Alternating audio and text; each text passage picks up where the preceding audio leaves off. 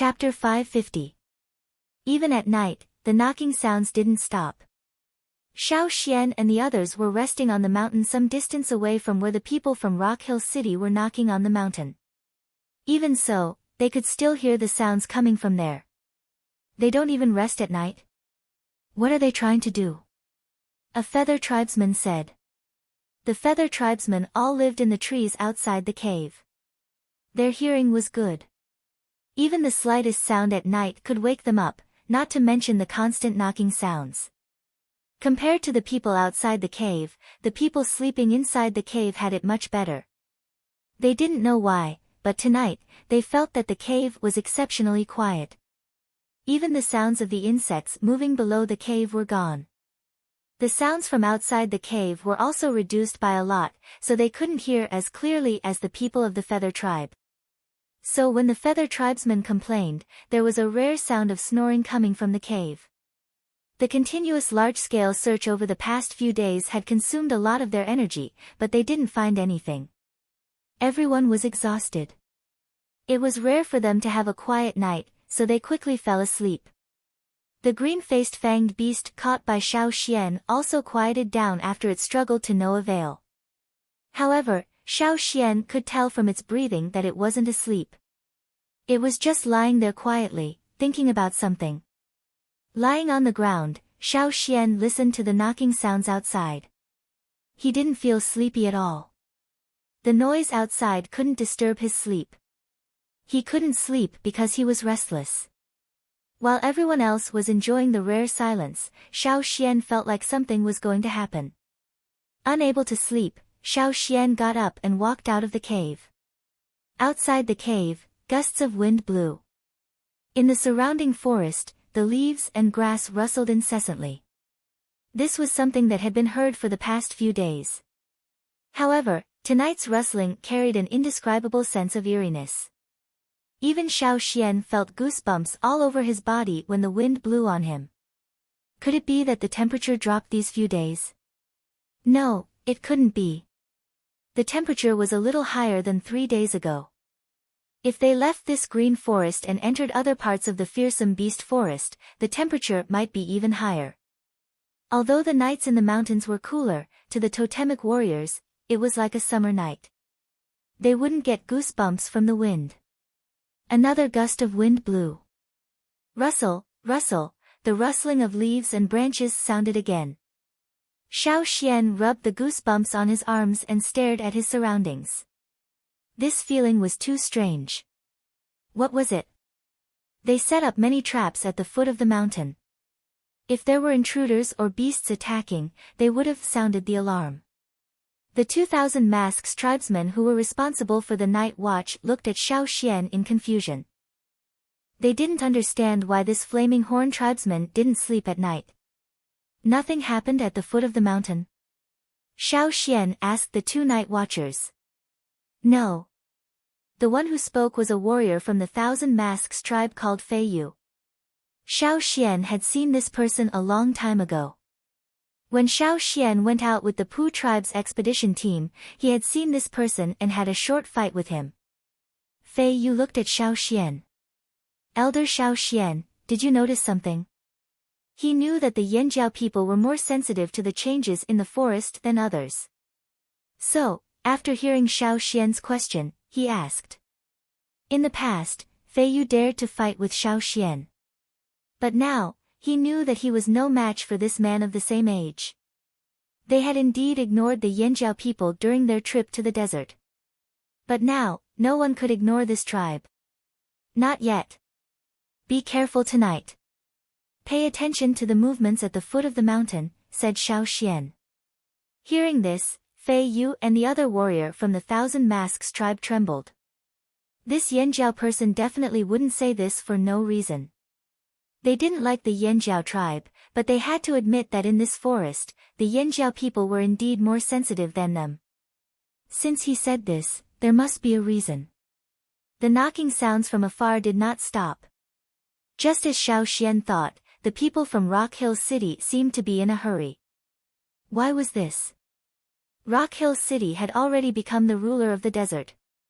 The tribesmen were no threat to them. They could still rule the desert safely. Why were they in a hurry to act? Was it to strengthen their position? Or was it to prepare for something else? Perhaps it wasn't just the tribesmen who felt a strange sense of danger. Even the ruler of the desert, Rock Hill City, was anxious. What did this weather anomaly mean? While Xiao Xian was looking around in confusion, on a mountain in the distance. At night, the mountain was lit with fire and the white water moon stones glowed brightly. Shi brought 2/3 of his people over. He ordered the slaves to knock on the mountain in front of them non-stop. In the notes left by their ancestors, it was recorded that the green-faced fanged beasts liked to sleep in the grass, but preferred to nest in caves. Many times, there were even several beasts hiding in caves on the same mountain. This was where the green-faced fanged beast they were hunting was hiding. He wanted to use the knocking sounds to scare the green-faced fanged beast out. While they were knocking on the mountain, the traps were set up in other directions. No matter which direction the green-faced fanged beast came out, it would meet the people guarding there or the traps. Bang bang. As the hammers hit the mountain again and again, the rocks at the entrance of the cave flew everywhere. "Master! I think there's a sound," said a slave. Shi was resting with his eyes closed. When he heard this, a smile finally appeared on his gloomy face. It was just as he expected. The green-faced fanged beast hiding inside could no longer be hidden. Shi ordered the slaves to stop hammering and listen carefully. The entrance of the cave was not big. Because of the hammering of the slaves, more than half of it was blocked by the falling rocks. At this moment, the sound of breathing could be heard from the half-covered cave. Once the green-faced fanged beast started to move, it meant that it couldn't take it anymore and would come out. For a beast that liked to move around at night and sleep during the day, blocking it in the cave at night and hammering to create noise was simply torture. With the green-faced fanged beast's bad temper, it would be strange if it could endure it.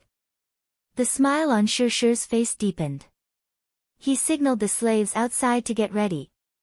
In the blink of an eye, the sound of panting suddenly became close at hand. The slaves guarding the entrance of the cave had already pulled up the vines in their hands. The resilient vines became stronger after being mixed and soaked. The people of Rock Hill City used these vines to weave hunting nets and set up most of the traps with these vines. These were the experiences of the ancestors of Rock Hill City. Shi was not worried that the green-faced fanged beast would break the vines. With a bang, the rocks that blocked most of the entrance of the cave exploded and a figure rushed out. The figure was so fast that the slaves at the entrance of the cave could not see its face clearly. They could only feel that its whole body seemed to be breathing and the air around it was exploding. The green-faced fanged beast that rushed out of the cave was caught by the vines outside. Its fangs could cut the vines, but the other vines that were tied to its body could not be pierced by its two strange fangs. The slaves quickly tied up the green-faced fanged beast that rushed into the net. No one touched the two long fangs. Shi knew very well what their most powerful attack was. Even if this was his first time seeing a green-faced fanged beast alive. Shi's gloomy mood for the past few days finally cleared up. Just as he was about to say something, he suddenly heard a scream from the side. A cold murderous aura was like an invisible spear, pointing directly at him. Without much time to think, Shi jumped up and dodged. A figure suddenly rushed out from the forest beside him. To be exact, it rushed out from the ground in the forest beside him. The grass there was too deep and covered a cave there. Something had crashed into the cave and a part of it had collapsed. Layers of soil, rocks and thick grass covered the cave well. Otherwise, the people of Rock Hill City would have discovered it. The sudden appearance of the figure did indeed catch Shi off guard. The figure that rushed over quickly moved up and down as it ran. The sound of the wind was like the howl of a beast in the night. It was also like a raging gust of wind. The grass around it was swaying in the same direction. In the face of such a sudden attack, Shi was able to dodge, but the slave standing there was not so lucky. He had already picked up his weapon and wanted to block the violent attack. Bang! A cloud of blood spurted out from the slave's arms holding the broadsword. Blood spurted out from every pore on his body. Under the bulging muscles, the veins and nerves were protruding as if they were going to jump out of his flesh. The slave who blocked the attack felt a numbing pain in his arms. He almost lost his grip on the broadsword. The gust of wind that followed this blow pulled the muscles on his face back, and the protruding bones made his entire face look strange. Catch it! Sure did not care about the slave.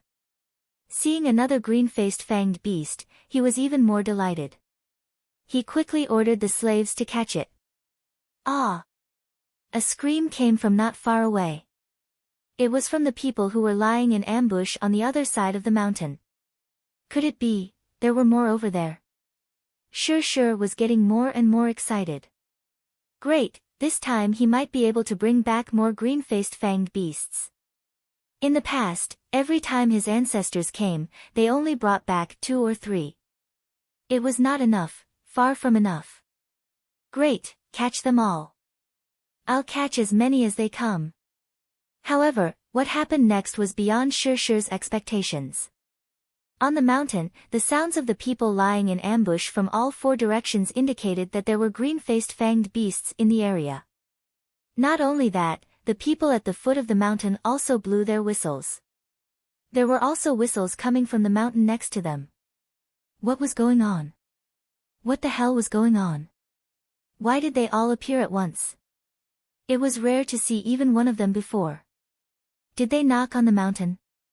Were these green-faced fanged beasts hibernating underground? But on such a hot day, how could they hibernate in winter? Chapter 551. It had to be said that what Sure thought was the truth. Green-faced fanged beasts were very punctual. They would hunt for food at night and find a comfortable bush to sleep in during the day. They were also very regular throughout the year. During the cold winter, it would also snow in the forest. Green-faced fanged beasts did not like snow. They would hibernate like bears. In order to keep warm, they would squeeze into the same mountain and hibernate together. It was a rare time for them to gather together. They would only come out of their caves the following spring. In the past 2 years, even though the weather had changed strangely, there was no snow even though it was winter. Instead, it was extremely hot. Many animals in the forest had given up on the idea of hibernation. However, the green-faced fanged beasts did not. They still followed a fixed schedule. When the time came, no matter what the weather was like, they would squeeze into their caves and fall into a deep sleep. They would only come out to hunt when they were really hungry. This was why it was rare to see a green-faced fanged beast in the beginning. It was because they were hibernating. Only a few of them would come out of their caves and eat a few meals. When they felt that they had stocked up enough, they would return to their caves. The one Xiao Xian caught was the one that woke up hungry and came out to look for food.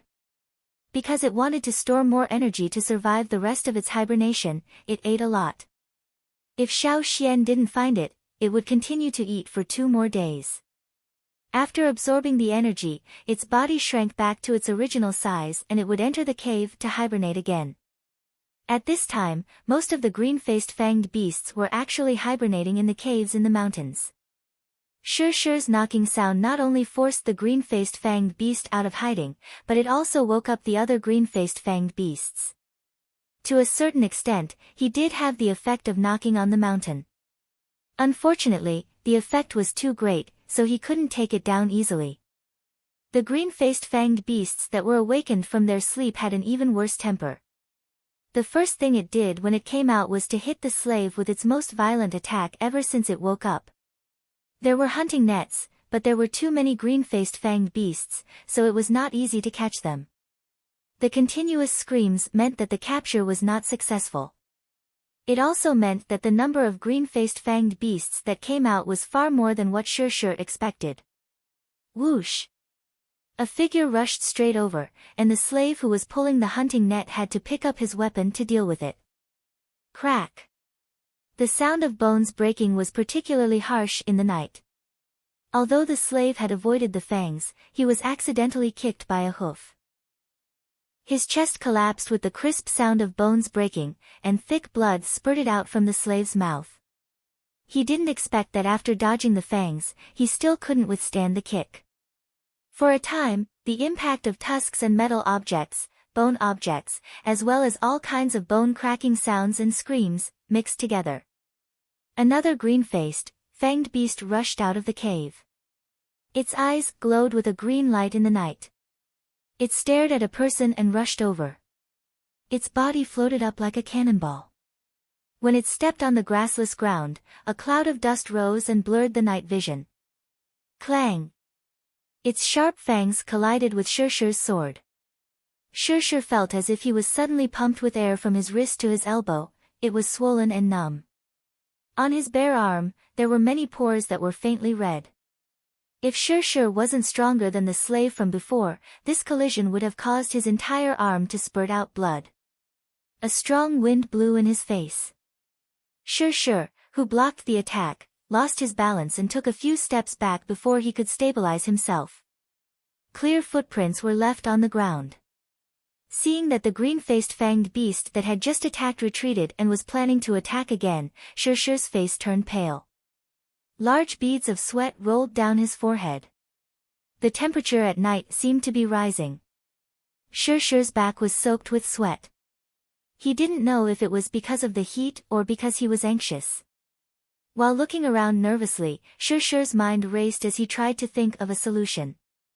There were more and more green-faced fanged beasts. Although he did hope to find more of them, it didn't mean that more was better. If there were too many of them, it wouldn't be luck, it would be a disaster. If he couldn't handle it, what should he do?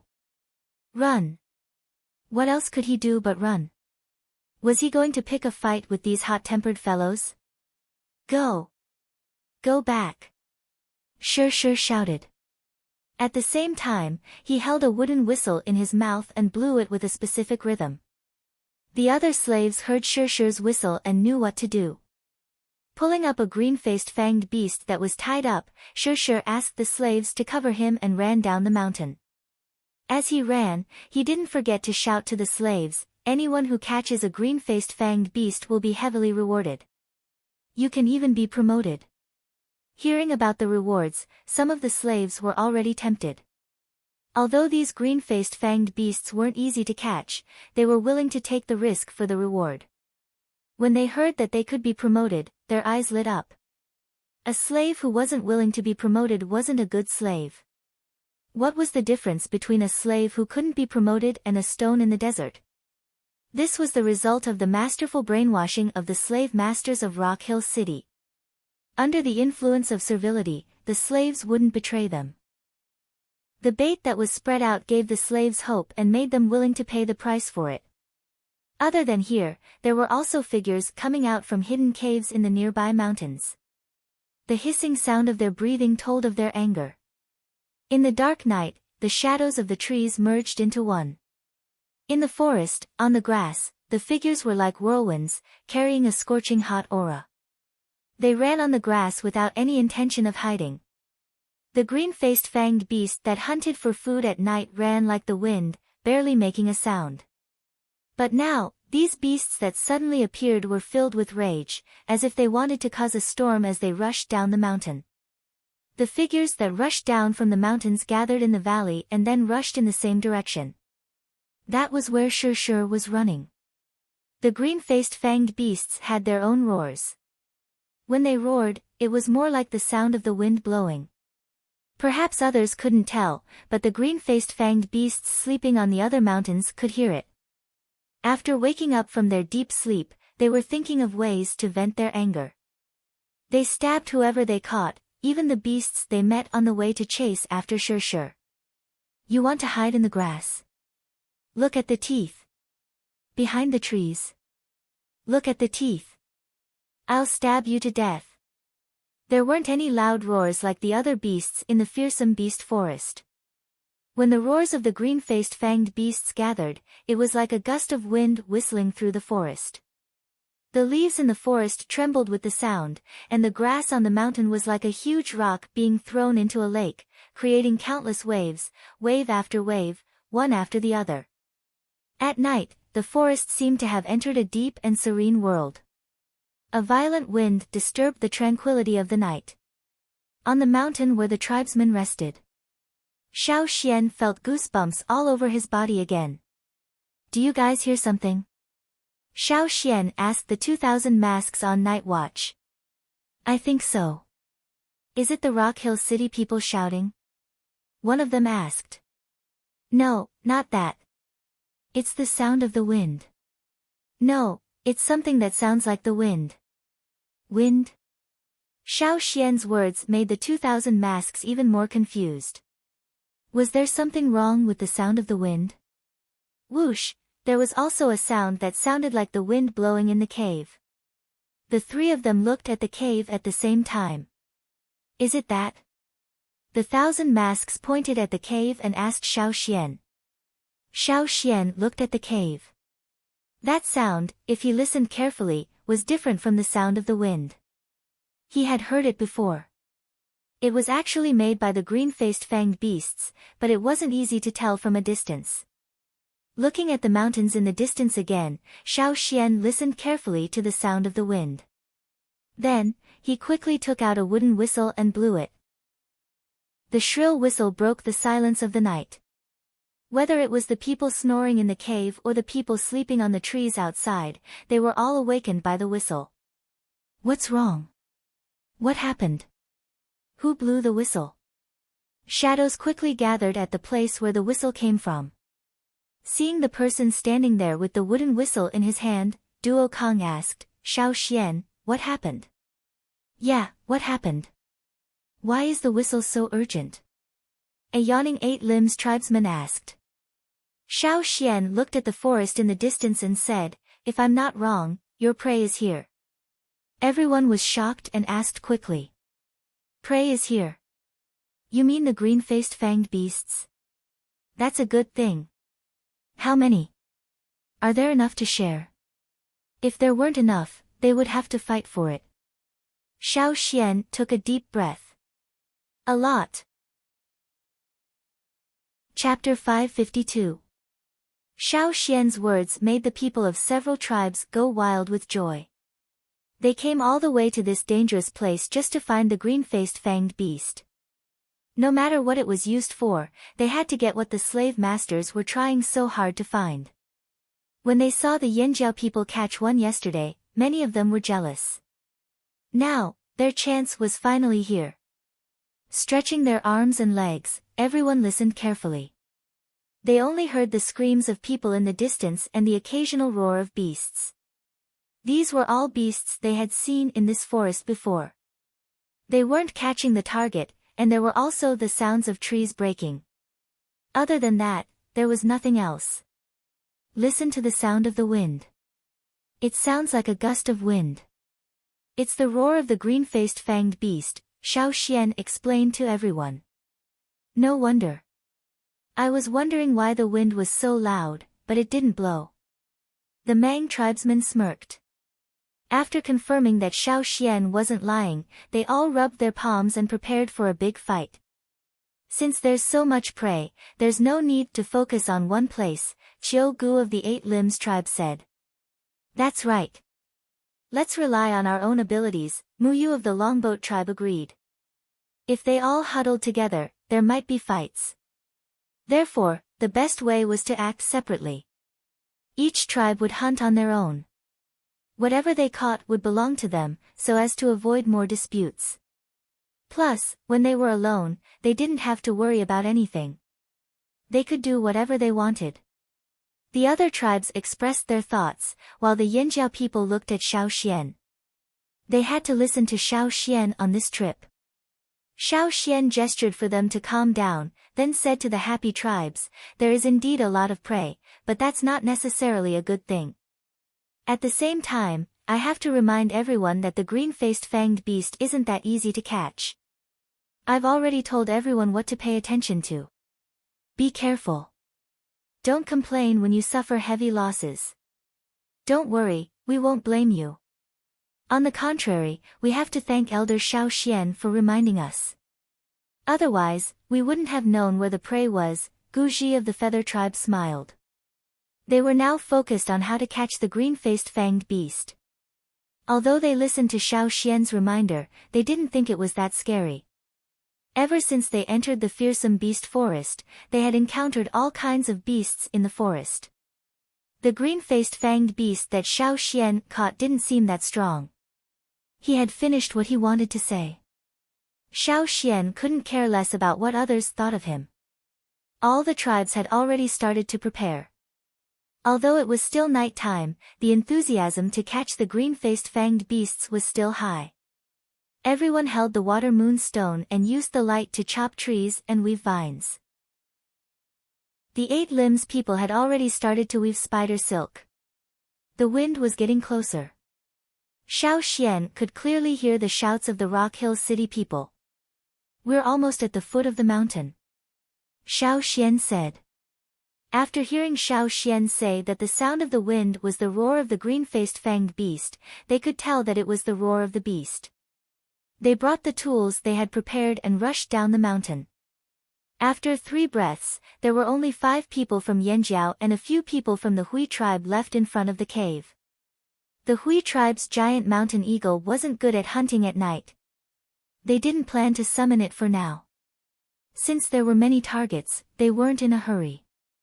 It wouldn't be too late to summon it when the sun was about to rise. Besides, the Yanjiao people weren't in a hurry, so they didn't need to rush. "Xian, what do you plan to do?" Mai asked while holding the net. "There are too many green-faced fanged beasts. They're chasing the people from Rock Hill City. This place is close to Rock Hill City, so there will definitely be a few coming up the mountain. Let's try to catch a few first. We don't need to watch the big group." Xiao Xian checked the traps they set up on the mountain and made some changes. Then, he arranged the operation. The grass that the green-faced fanged beasts like to eat was hard to find here. It was too dark to search for it in the bushes. They didn't have a beast's sense of smell, so they had to find another way. If they couldn't use grass as bait, then they had to use humans. Luring prey into a trap was something that hunters often did. After Xiao Xian told the other 4 about his experience in catching green-faced fanged beasts, they started to act. The green-faced fanged beasts rushed to the foot of the mountain. They didn't seem to have any intention of stopping as they chased after the people from Rock Hill City. However, some of the green-faced fanged beasts on the side of the team would pay attention to the movements around them. Xiao Xian had warned the tribesmen that the green-faced fanged beasts could easily detect movements in their surroundings, so they had to be extra careful. It was best to wait for the beasts to leave before attacking. Otherwise, they might lead the beasts to their own mountains. That would help the people of Rock Hill City and help them avoid this crisis. Although they had been told by Xiao Xian that there were many green-faced fanged beasts coming, the tribesmen still trembled when they saw them when they went down the mountain. In the dark, they couldn't see what was running over there. They could only hear the sound of wind blowing past, like a constant gust of wind. The rustling of leaves covered the sound of the tribesmen's arrival. They hid in the bushes, branches and other places, quietly observing the situation. Those green-faced fanged beasts were indeed running towards Rock Hill City. A few green-faced fanged beasts on the side of the team seemed to have noticed something and suddenly rushed out of the team towards them. The nearest 8 limbs tribesman cursed in his heart. He thought he was exposed, but when he saw that the green-faced fanged beast was only chasing after something that looked like a mouse, he sighed in relief. However, he let out a sigh of relief too early. He only heard a bang, as if something had pierced into a tree trunk, followed by a crisp cracking sound. The tree he was hiding in was knocked down. Many of the green-faced fanged beasts looked at the fallen tree, but seeing that there was nothing interesting to vent their anger on, they continued to charge forward with the rest of the team. The person who was hiding in the fallen tree didn't fall with the tree. His foot was hooked on a very thin wire, and his whole body seemed to be attached to the wire. If you didn't see him, you wouldn't have noticed that there was someone else there. Whoosh whoosh whoosh. A very soft sound was heard, but it was covered by the rustling of leaves. A large net was quietly woven. It was made by 5 8-limbs tribesmen who were hiding in different places. At this moment, the net was silently closing in on the green-faced fanged beast that had left the team. In the night, 6 nocturnal birds cooed and rested on a nearby tree. The green-faced fanged beasts didn't pay attention to them as they were flying in the sky. They couldn't do anything about it, nor were they interested. Another cooing sound was heard, but it didn't come from the birds. It came from the forest not far away. After hearing the sound, the 6 nocturnal birds flew over. Not long after, the 6 birds flew over again. However, it was different from before. Their claws were grabbing onto a vine. The 6 birds were grabbing onto the 6 corners of a net. Coo coo, coo. The sound from the forest was like a guide. The 6 birds holding onto the net flew towards another green-faced fanged beast that had left the group and was attacking the wild beasts in the bushes. These 6 birds weren't really tamed. The feather tribesmen used their tribe's secret technique to instruct them. The 6 birds couldn't carry out effective tasks on their own. They could only instruct them bit by bit through their voices, telling them what to do. Other than the 8-limbs tribe and the feather tribe, the 1,000 masks tribe, the Mang tribe, and the longboat tribe all used their own methods and techniques to attack the green-faced fanged beasts. The green-faced fanged beasts group had already passed by. Xiao Xian led the last few beasts to the mountain, and then separated them with a few others. They lured them one by one to the traps set up. Gu La and the others from the Hui tribe helped from the side. If it was just one green-faced fanged beast, it would be fine. As long as they understood their temperament and behavior, the plan would succeed. If there were too many of them, there would be too many variables. Not only would the plan fail, but everyone would also be in danger. A green-faced fanged beast that stepped into the trap struggled hard, trying to use its fangs to poke away all the vines around it. Xiao Xian and Gu La jumped down from the trees on both sides. They quickly went over and tied the beast up with vines. The air around the beast's fangs vibrated at a strange frequency, making a whistling sound. It was howling, venting its anger. The hot air coming out of its nostrils was hotter than boiling water. Even though Xiao Xian and Gu La had already moved away, they could still clearly feel the rising temperature around them. The air around the green-faced fanged beast was like a runaway horse, jumping around without any pattern. It was not reliable to just tie it up, and no one knew how long it would last. After tying it up, Xiao Xian took out a few polished bronze needles that were smeared with poison. He had already made these needles before he came here. He smeared some of the poison he collected from some plants in the forest and injected the green-faced fanged beast with a needle. That kind of poison had the effect of making large beasts faint. Some beasts with poor resistance to poison might even die from eating that kind of plant. Xiao Xian did not know if this would work on the green-faced fanged beast, so he brought a few needles this time. If one didn't work, he injected another one. The last time he was looking for the green-faced fanged beast, he did not use this. This time, he planned to give it a try. After injecting 3 needles, the green-faced fanged beast's movements slowed down. The frequency of its nostrils also decreased, and the air around it seemed to have stopped moving. 3 to 5 needles, no more. Xiao Xian said as he looked at the green-faced fanged beast that was struggling slower and slower. After that, Xiao Xian caught another green-faced fanged beast that fell into the trap. Before they took the bait, they might be very difficult to catch as they were fast and not easy to chase. However, once they stepped into the trap, they would be quickly tied up by the people lying in ambush. After 3 to 5 needles, they would be obedient. Chapter 553. Under the darkness of the night, fights were happening everywhere. Sometimes you could hear people screaming, and sometimes you could hear the sounds of collisions. Xiao Xian tied up the 3rd green-faced fanged beast he caught that night and injected it with 3 needles. When it stopped struggling, he blew the wooden whistle. Not long after, Duo Kong, Mai, and the others came over. The few people from the Hui tribe also came over. "How are you?" Are you hurt? Xiao Xian smelled blood. The green-faced fanged beast's blood didn't have such a bloody smell, so it could only be human blood. It's nothing, just a small wound. Duo Kong raised his arm. There was a wound about the length of a thumb on his arm, but it looked like he was scratched by a beast. The wound was about 3 fingers wide, and he had already applied some herbs and wrapped it up with a piece of linen. This was just a graze from the fanged beast's teeth. If it were any other beast's fangs, the wound would only be a scratch. To a certain extent, it was a small wound. Other than Duo Kong, Mai, Tua, and Xiang Chen all had some wounds on their bodies. The Hui tribe also had wounds. The one with the heaviest injuries was stabbed in the stomach. If Duo Kong hadn't pulled him back in time, he would have been scratched by the beast's fangs instead of being stabbed. The wound on his stomach would have been a big bloody hole, and he would have died. The Hui tribe's elder, He was very grateful. He secretly decided that he would continue working with Yanjiao in the future. When they returned, he would send someone to thank them.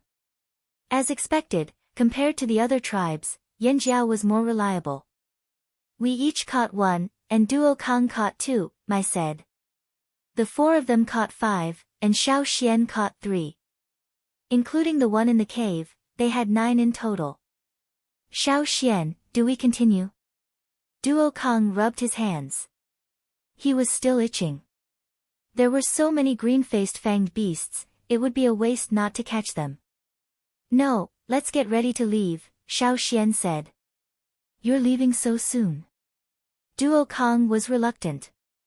Let's take advantage of the fact that the green-faced fanged beasts are distracted by the people from Rock Hill City to escape. Otherwise, it'll be hard for us to escape once they regain their senses.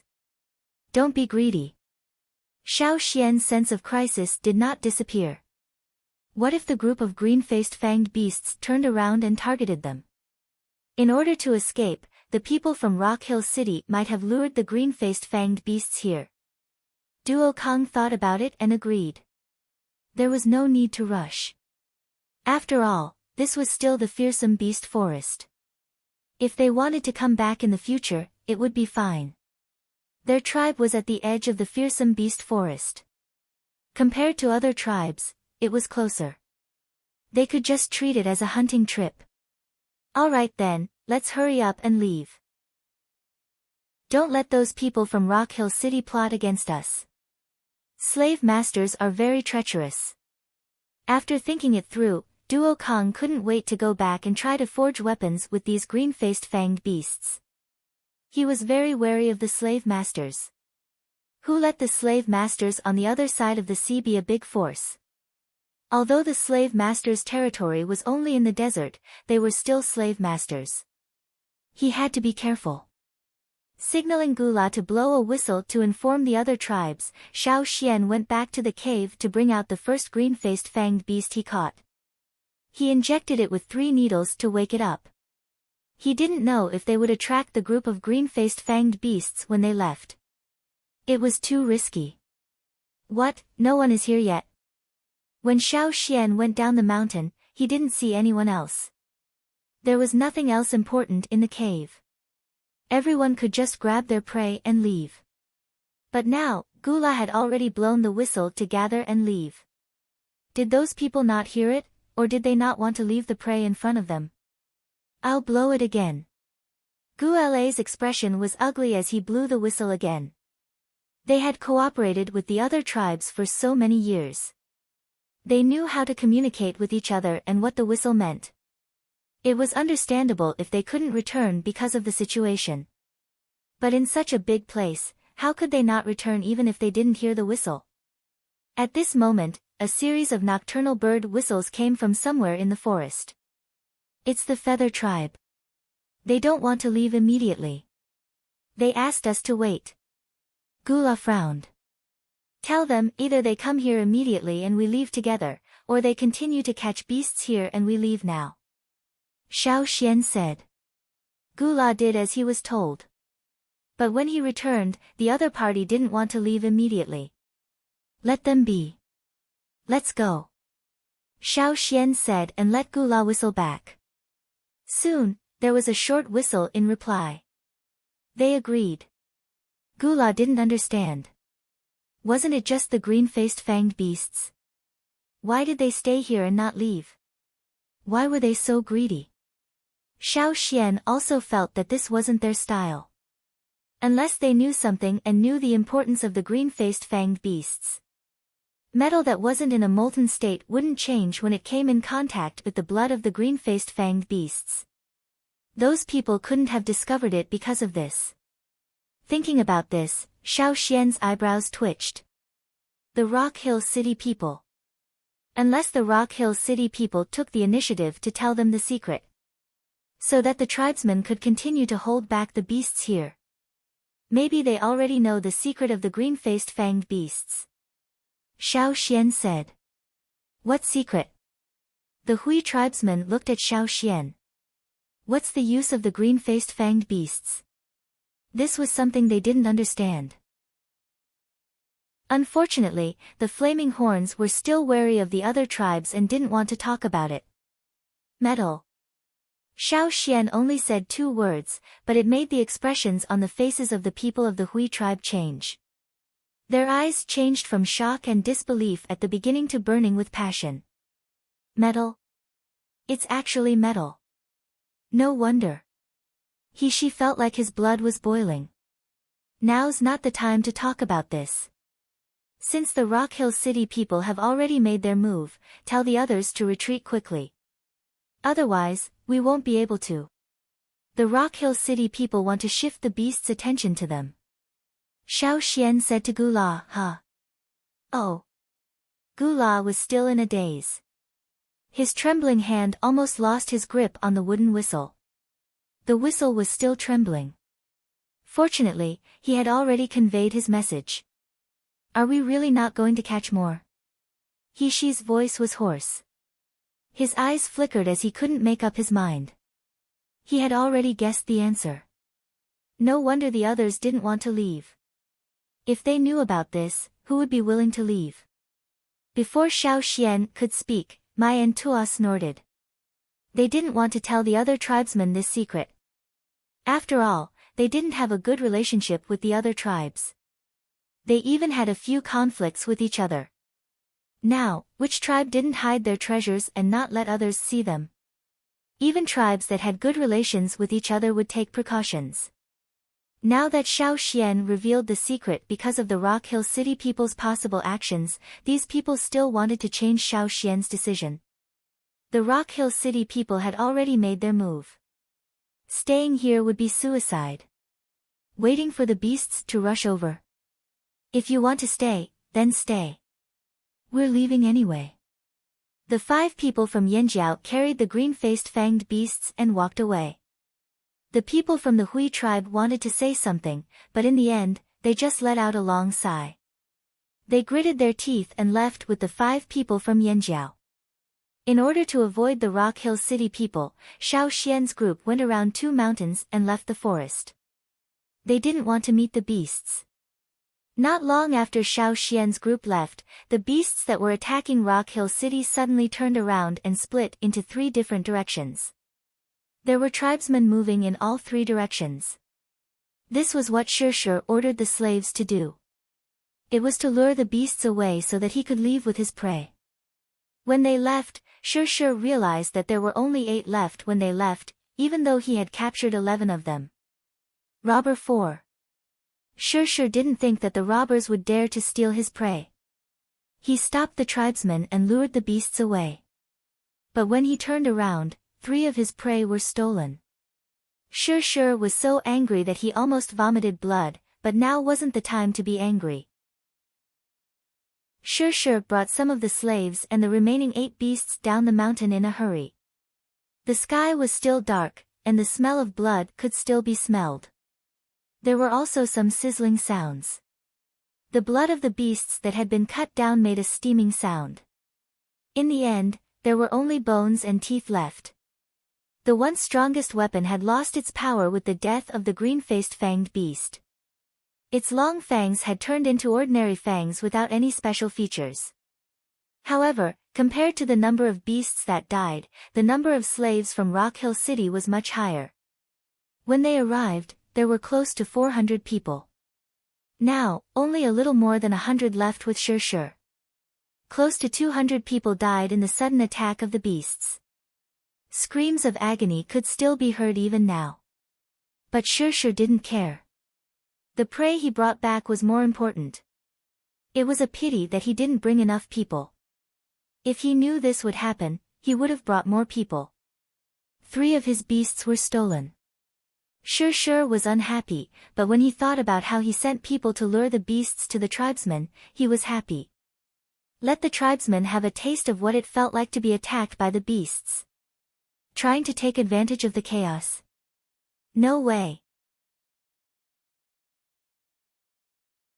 Chapter 554. Xiao Xian and his group left the area surrounded by mountains in the dark of night.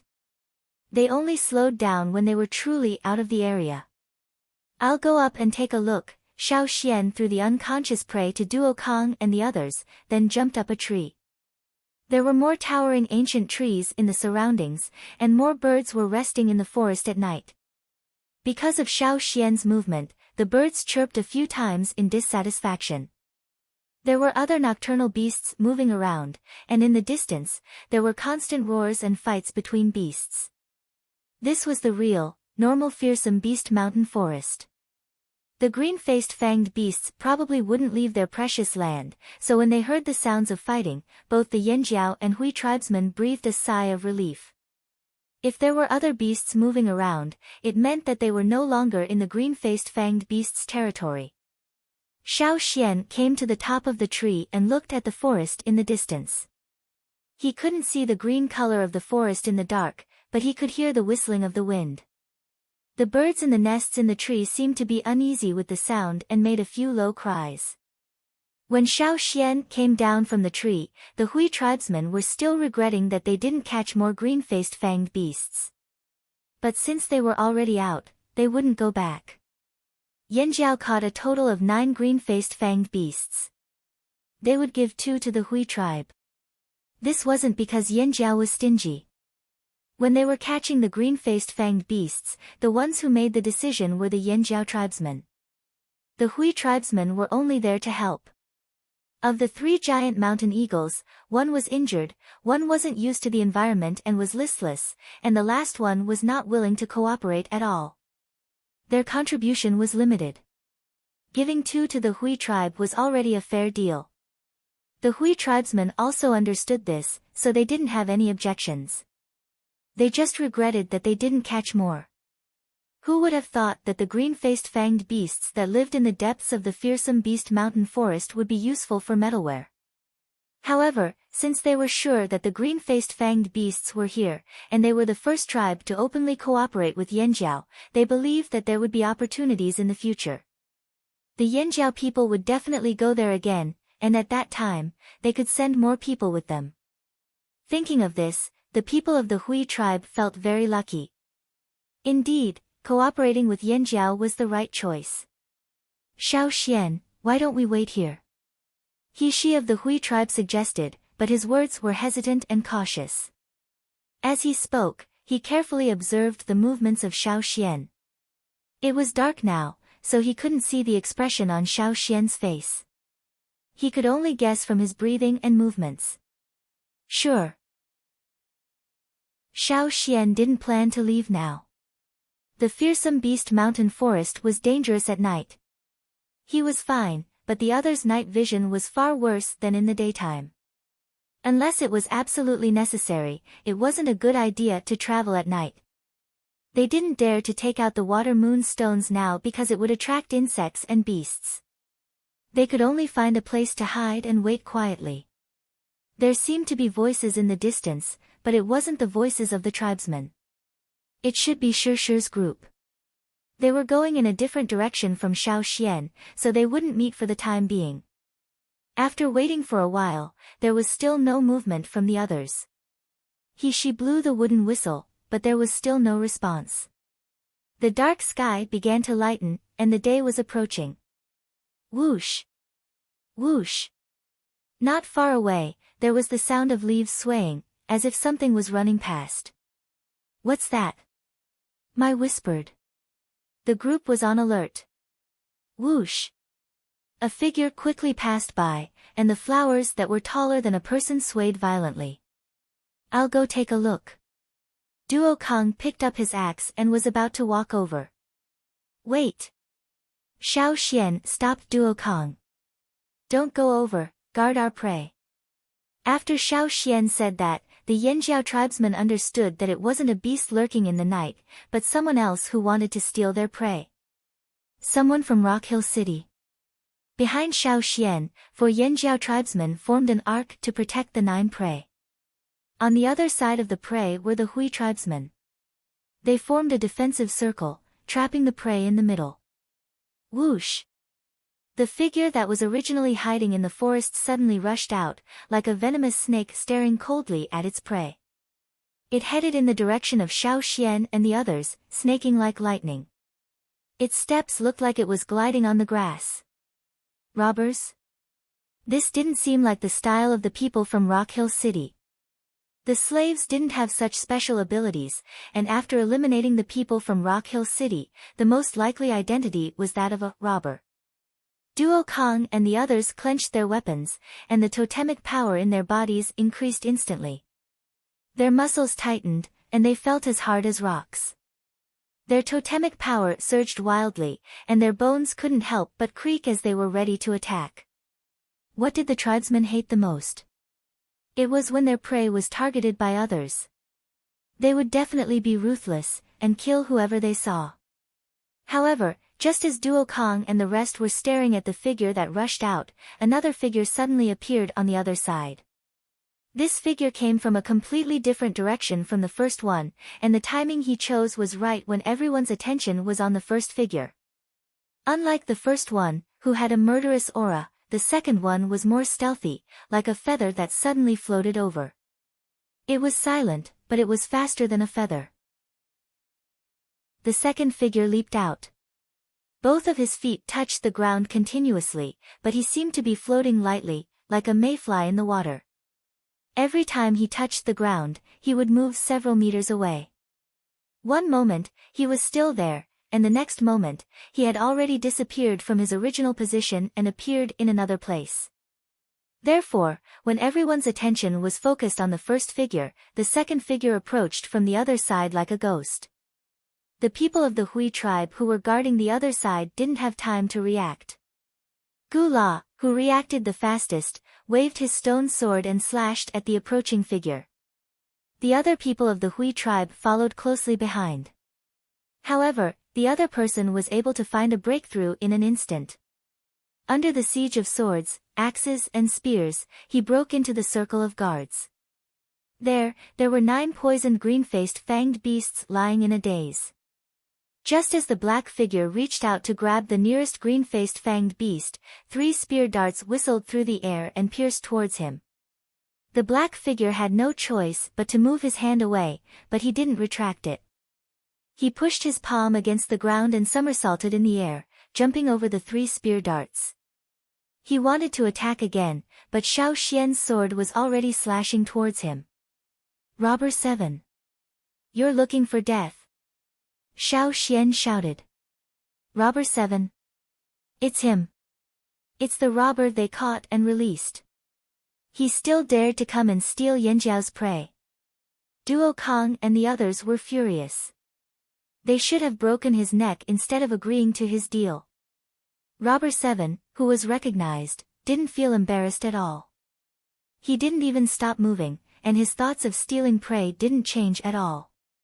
So what if they recognized me? I'm here to steal Yanjiao's prey. However, because of Xiao Xian's obstruction, the others had already reacted, and Robber 7 didn't have a chance to make his move. The person who appeared before was also blocked, and couldn't break into the defense circle to take the prey away. If the first time didn't work, then he would retreat and look for another chance. Robber 7 and his companions had the same idea. They were good at surprise attacks, and didn't want to wait for the other party to react and force their way in. Reluctantly, Robber 7 retreated from the tribesmen's defense circle and planned to escape first. However, Xiao Xian had another idea. They couldn't let them go. Robbers' actions were hard to guard against. They already had to guard against the dangers that lurked everywhere in the fearsome beast forest. Were they going to have to spare some effort to guard against robbers in the future?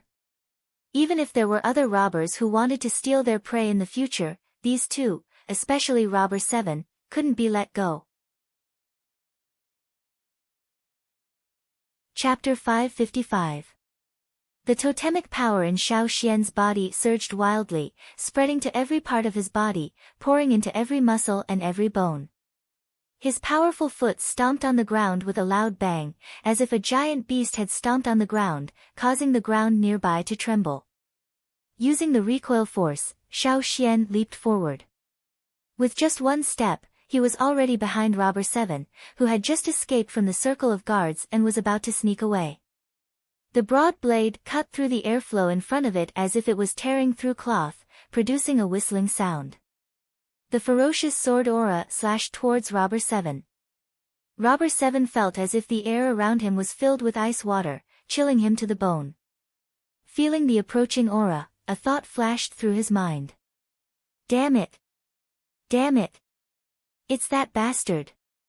Robber 7's mind flashed back to the time when he was stealing cabbages and was sent flying. His body tensed up and his movements froze for a moment. Then, he did a somersault in the air, like a fish swinging its tail in the water. His body twisted strangely, causing the air to swirl and form a whirlpool. Robber 7 wanted to use the swirling airflow to help him make a sudden turn in the air. However, the blade that was closing in quickly seemed to have enveloped the entire area. It's the same thing again. It's the same thing again. It was the same last time, and it's the same this time. This feeling was too similar to the last time he was sent flying. No, it was even stronger than the last time. The murderous aura was too strong, causing Robber 7's hair to stand on end. He tried his best to dodge, but another voice in his mind told him that he couldn't. Even if he tried, he would lose an arm. If he didn't want to lose an arm, he could only take it head-on. Clang! There was no sound of flesh being cut, but the sound of metal colliding with metal. It was ear-piercing. Following the explosion, Robber 7 was sent flying like a baseball, crashing into a large tree not far away that even 10 people couldn't wrap their arms around. Crack! The crisp sound of something breaking rang out. It was extremely clear in the night, startling countless wild birds that were resting in the night. The thick tree was directly broken, splinters of wood flew everywhere, and many branches and leaves fell from the tree. The person who broke the tree spat out a mouthful of blood. Robber 6. Robber 7 felt the excruciating pain all over his body. He knew that he couldn't escape Xiao Xian's pursuit with his own strength, so he could only ask for help.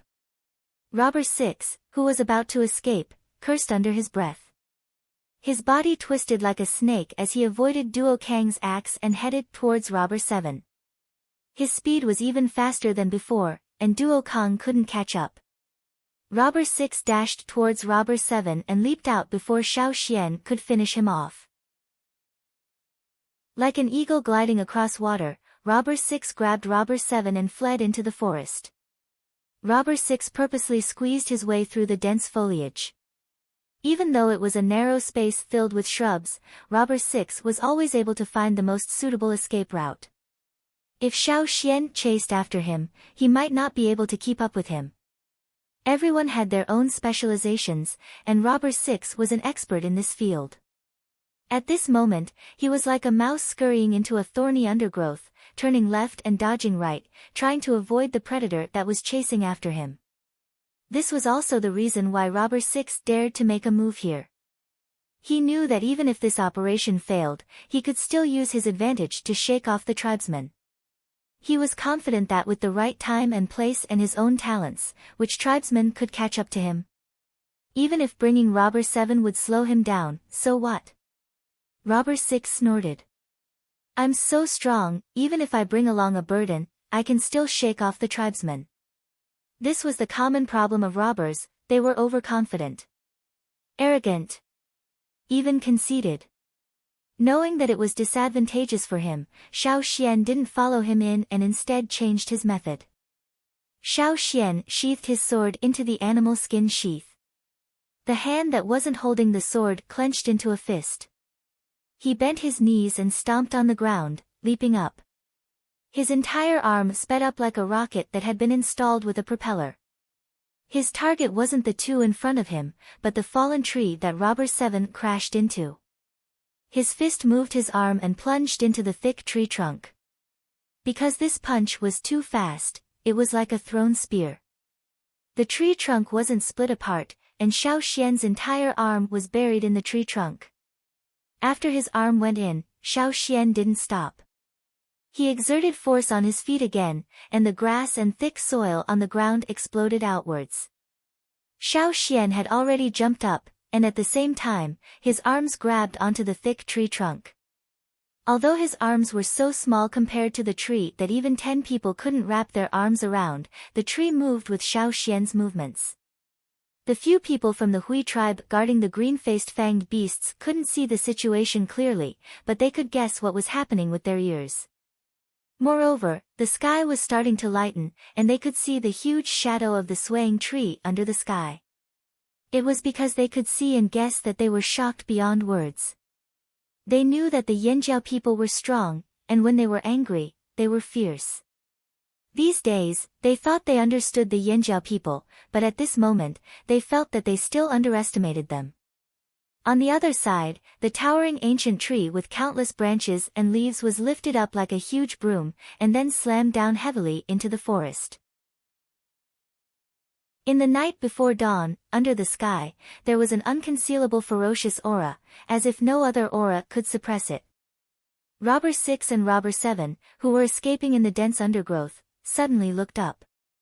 Although there were dense branches and leaves of various flowers and trees above them, and intertwined vines of different thicknesses that blocked their vision and interfered with their senses, at this moment, they felt something pressing down from above.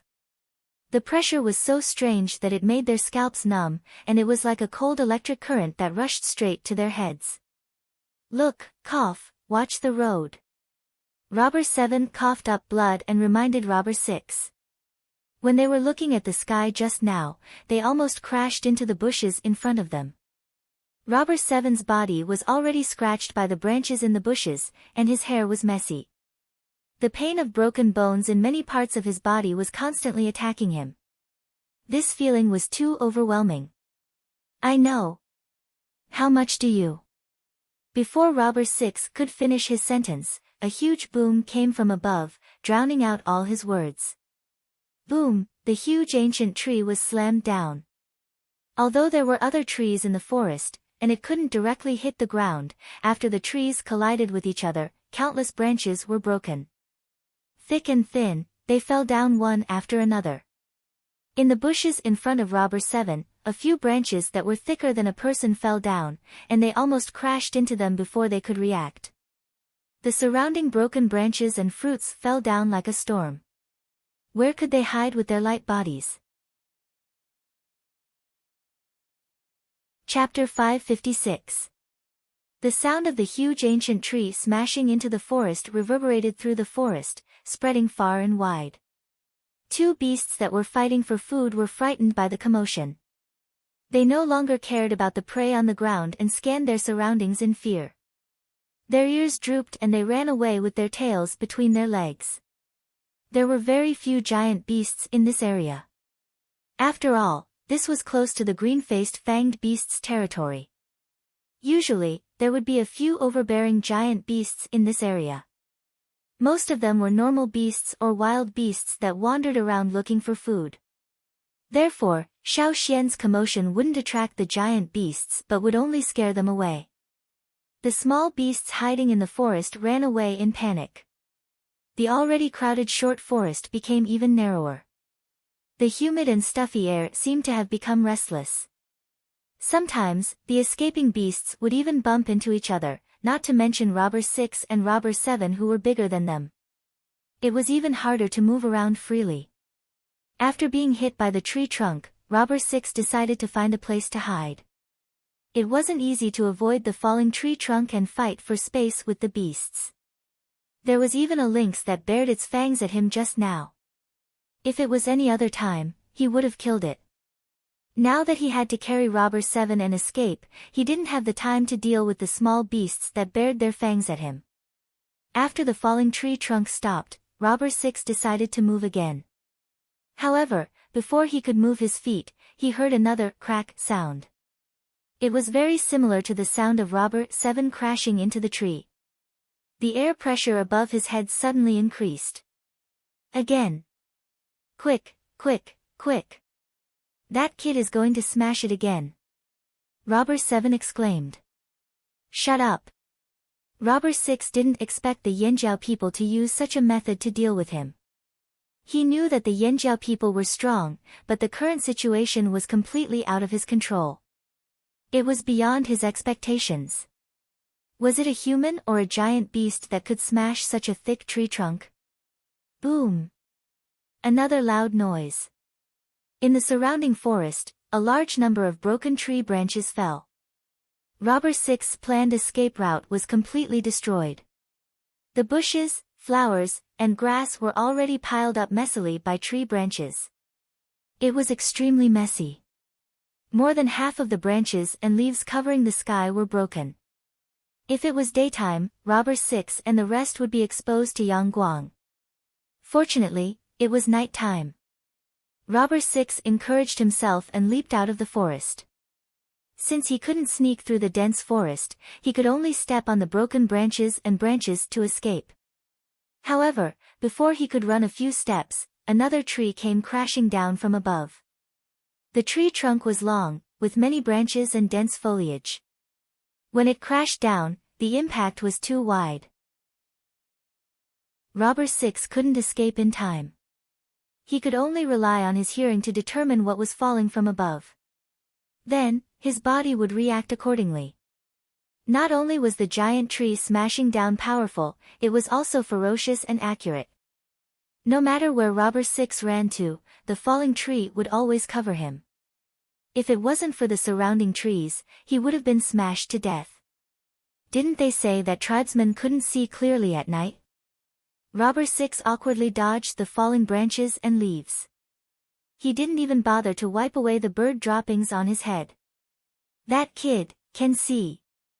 Robber 7 endured the pain all over his body and squeezed the words out from between his teeth. Of all the people you could have provoked, why did you have to provoke this kind of person? Robber 6 roared. Like the others, he left the green-faced fanged beast's territory when he realized the situation wasn't good. He didn't expect to see the Yanjiao and Hui tribesmen as soon as he came out. They even brought a few green-faced fanged beasts with them. Robber 6 thought that this was a rare opportunity.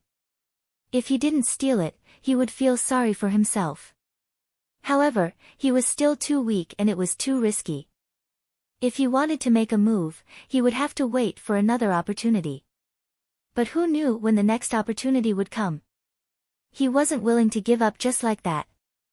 At this moment, Robber 7 appeared and said that the two of them should work together to steal a few green-faced fanged beasts. Robber 6 thought about it and agreed. The surrounding environment was very advantageous to him and he had Robber 7 to share the risk. Why not? But who would have thought that things would turn out like this? If he knew this would happen, he would have waited a little longer or robbed other tribesmen. He regretted it. Robber 7, don't call me the next time you steal from the Yanjiao. Robber 6 had been a thief for many years but he had never been chased so hard before. He regretted it. He should have asked for more information. Robber 7 wanted to say something but he choked on the blood that gushed out from his throat. He thought to himself, don't talk about you, I won't do it again. That was too scary. Robber 6 was almost hit by a broken branch from above. He quickly dodged to the side and his forehead slipped from the broken branch. Blood spilled out from his wound as he ran, splashing onto the bushes. This won't do. As the saying goes, a dead Taoist is better than a dead Taoist. It is too difficult to carry a burden. It is better to throw this burden away. Robber 6 loosened his grip on Robber 7. He wanted to throw Robber 7 down so that he could run faster and have a better chance of escaping. However, Robber 7 seemed to know what he was thinking.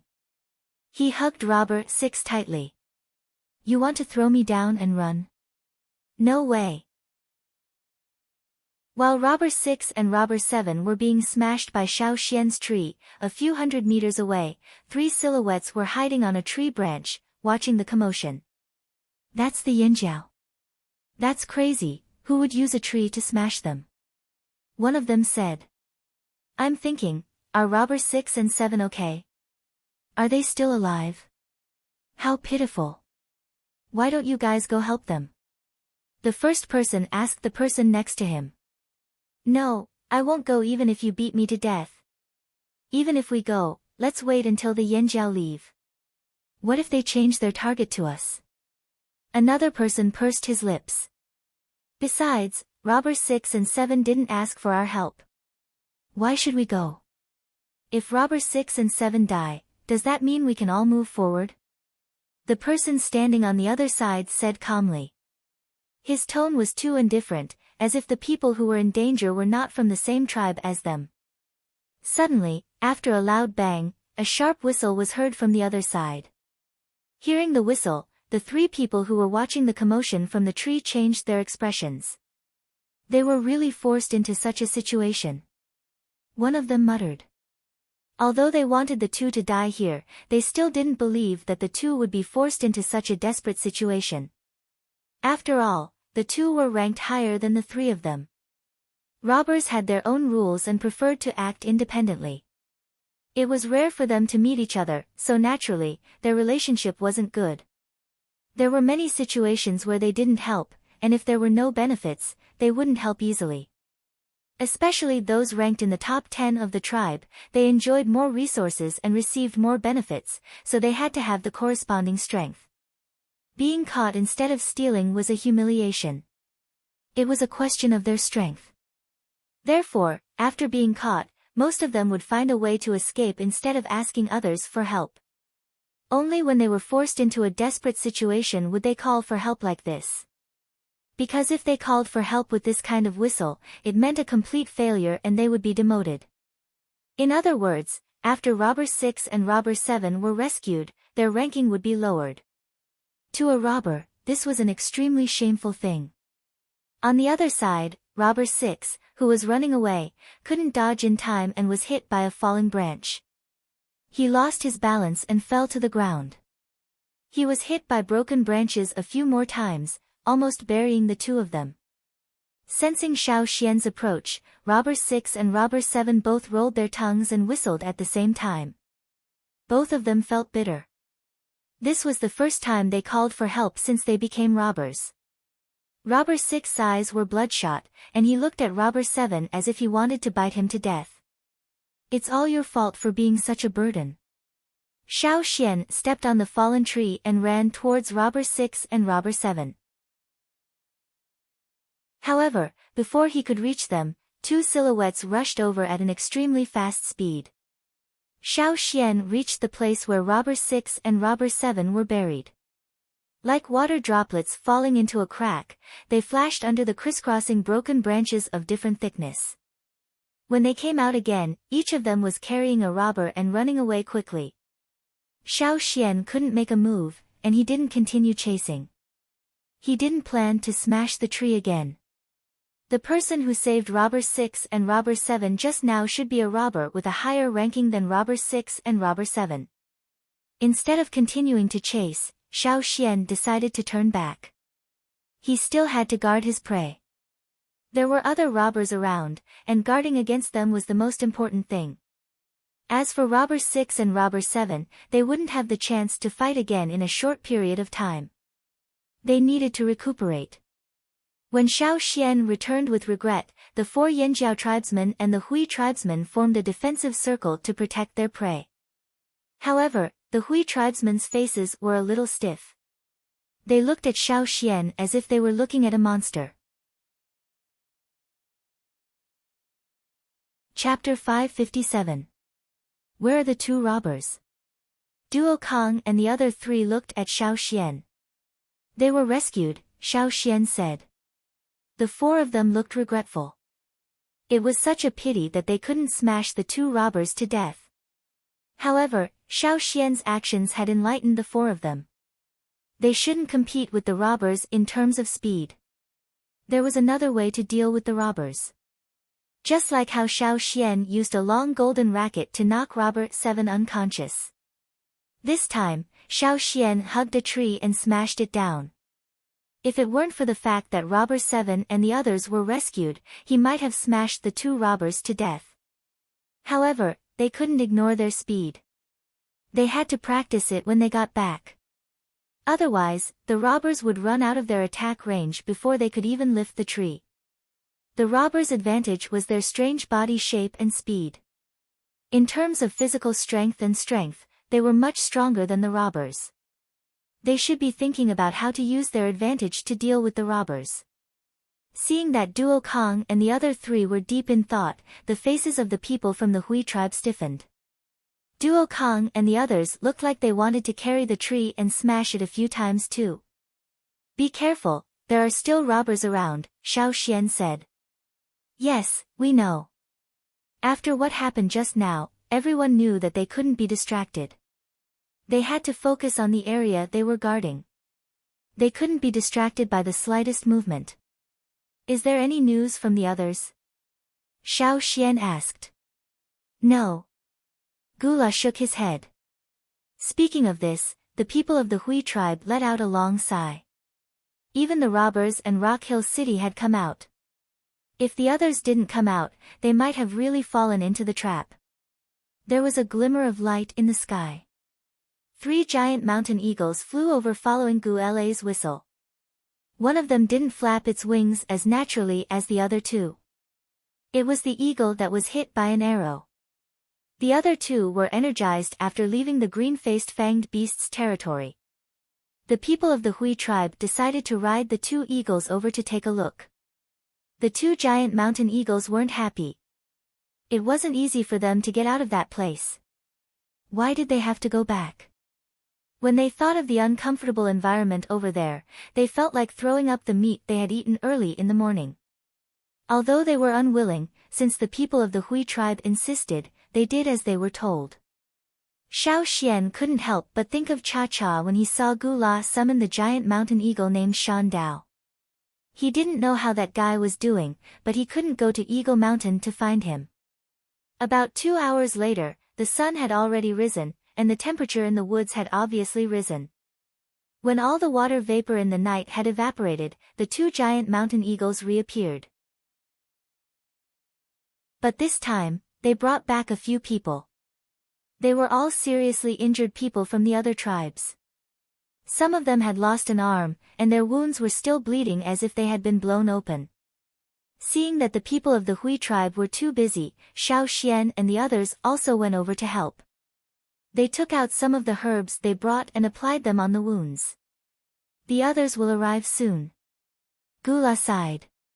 He couldn't help but feel lucky that they chose to leave with the Yanjiao yesterday. Otherwise, they would be in the same situation as these people. After another hour, the sun was scorching the earth. Xiao Xian and the others were resting under the shade of a tree when they heard the commotion. Everyone's expression was very bad. More than half of them were dead or injured. It would be strange if they were happy. Xiao Xian had told them some of the characteristics of the green-faced fanged beast's attacks. They were prepared to avoid a worse situation. But when the slaves led the beasts over, their skills were limited. The green-faced fanged beasts were filled with a violent and crazy aura. They didn't care about anything else and only knew how to attack. They were like unscrupulous hurricanes, destroying everything in their path, especially living things. They also regretted not leaving with the Yanjiao and the Hui tribe when they heard the whistle. But they were really shocked by the news. They only wanted to catch a few more green-faced fanged beasts. They thought that if they caught one more, they would have enough time to retreat. But the beasts didn't give them enough time. Who was to blame for this result? Blame the Yanjiao for not telling them everything in advance? So much so that when they found out the truth, they couldn't bear to let go of the benefits in front of them. Thinking back to when they were in the desert, they excluded the 3 people from Yanjiao. Later, when they noticed the changes in the desert, they left the 3 people from Yanjiao alone. Now, they still hoped that Yanjiao would consider everything for them. How was that possible? Who didn't have emotions? Not to mention the grumpy and unreasonable Yanjiao people. They weren't close partners, so the trust between them was too low. They were all on guard, so naturally, they wouldn't tell each other any secrets. From another perspective, they probably wouldn't even lead the way into the forest. Duo Kong laid there without moving. He rolled his eyes at the people who came over and continued to guard their tribe's prey. Xiao Xian also found that the people from the 5 tribes who came back all caught 2 or 3 green-faced fanged beasts. The 8 Limbs tribe caught the most, with 3. The other tribes only caught 2. The beasts that were tied up were all unconscious. These tribes always had their own ways to keep them unconscious. Hey, Muyu, didn't you guys catch 3 of them earlier? Why are there only 2 left now? And Gu, didn't you catch 4? Why are there only 3 left? He-She of the Hui tribe asked. He-She's confusion made the people who came over look even worse. It was Chu-Su of the Mang tribe who explained. Don't mention it. When we came over, we met the robbers. If we didn't gather together, more would have been robbed. They finally got rid of the green-faced fanged beasts and left that place. The beasts didn't chase after them. Just as they relaxed, the robbers attacked. You guys also met the robbers? Gula was surprised. Also? Chu-Su caught the word, you guys met the robbers. The people from the other tribes who just arrived looked at the Yanjiao and Hui tribes. There were 9 unconscious green-faced fanged beasts lying there. 9. They were only 2 tribes. Why didn't the robbers steal more beasts? Some people felt it was unfair and were very jealous. He-She didn't care about the people's expressions and told them what happened before dawn with a little emotion. The people from the other tribes listened and the muscles on their faces kept twitching. No wonder I felt it was so quiet here. So this was the reason, Chu-Su said. The birds and beasts in the forest were all scared away, so it was good for them to rest. Whether they were satisfied with the result or regretted it, it was all in the past. They wouldn't set foot in the green-faced fanged beasts' territory now. The beasts were probably still in a frenzy, and birds kept flying over there. After resting for a day and recovering their strength, the people from the other tribes were very quiet. Some people were thick-skinned and asked Xiao Xian and the others if the green-faced fanged beasts really had anything to do with gold. In this regard, Xiao Xian and the others all answered with, yes, ah, oh, and so on. They didn't say much. The people who asked felt it was boring and didn't ask anymore. The next day, the group set off again and embarked on the return journey. However, the people who returned had different moods. The happiest were probably the people from Yanjiao. Chapter 558. The journey back was quite smooth. They didn't encounter any robbers or Rock Hill City people. Everyone was prepared for the dangerous animals and plants in the forest. However, the weather was getting hotter and hotter. Even the slippery moss on the ground had started to dry up. There were fights every day near the water source. The water Xiao Xian and the others fetched was stained with blood several times. This kind of weather made everyone's heart sink. Even the Yanjiao people who were originally happy from catching prey were not in a good mood. Especially Duo Kong. The winter he experienced last year was on the other end of the spectrum. He heard that it was even worse than last year. Maybe the other side of the sea was already covered in snow. When they returned to the tribe, Xiao Xian and the others found out that the situation in the forest was still good. When they entered the forest to search for the green-faced fanged beast, the stream that the tribe often fetched water from had dried up. There were 3 similar streams nearby that didn't have a single drop of water flowing. The tribe had to fetch water from further places. However, this was already considered good. At least the Yanjiao people were strong. It wasn't difficult for a team of warriors to go out and carry a few large tanks of water back. The expanded animal pens and fields could be used temporarily. There was no crisis. However, many tribes outside were not so good. The weather couldn't be changed. People were panicking.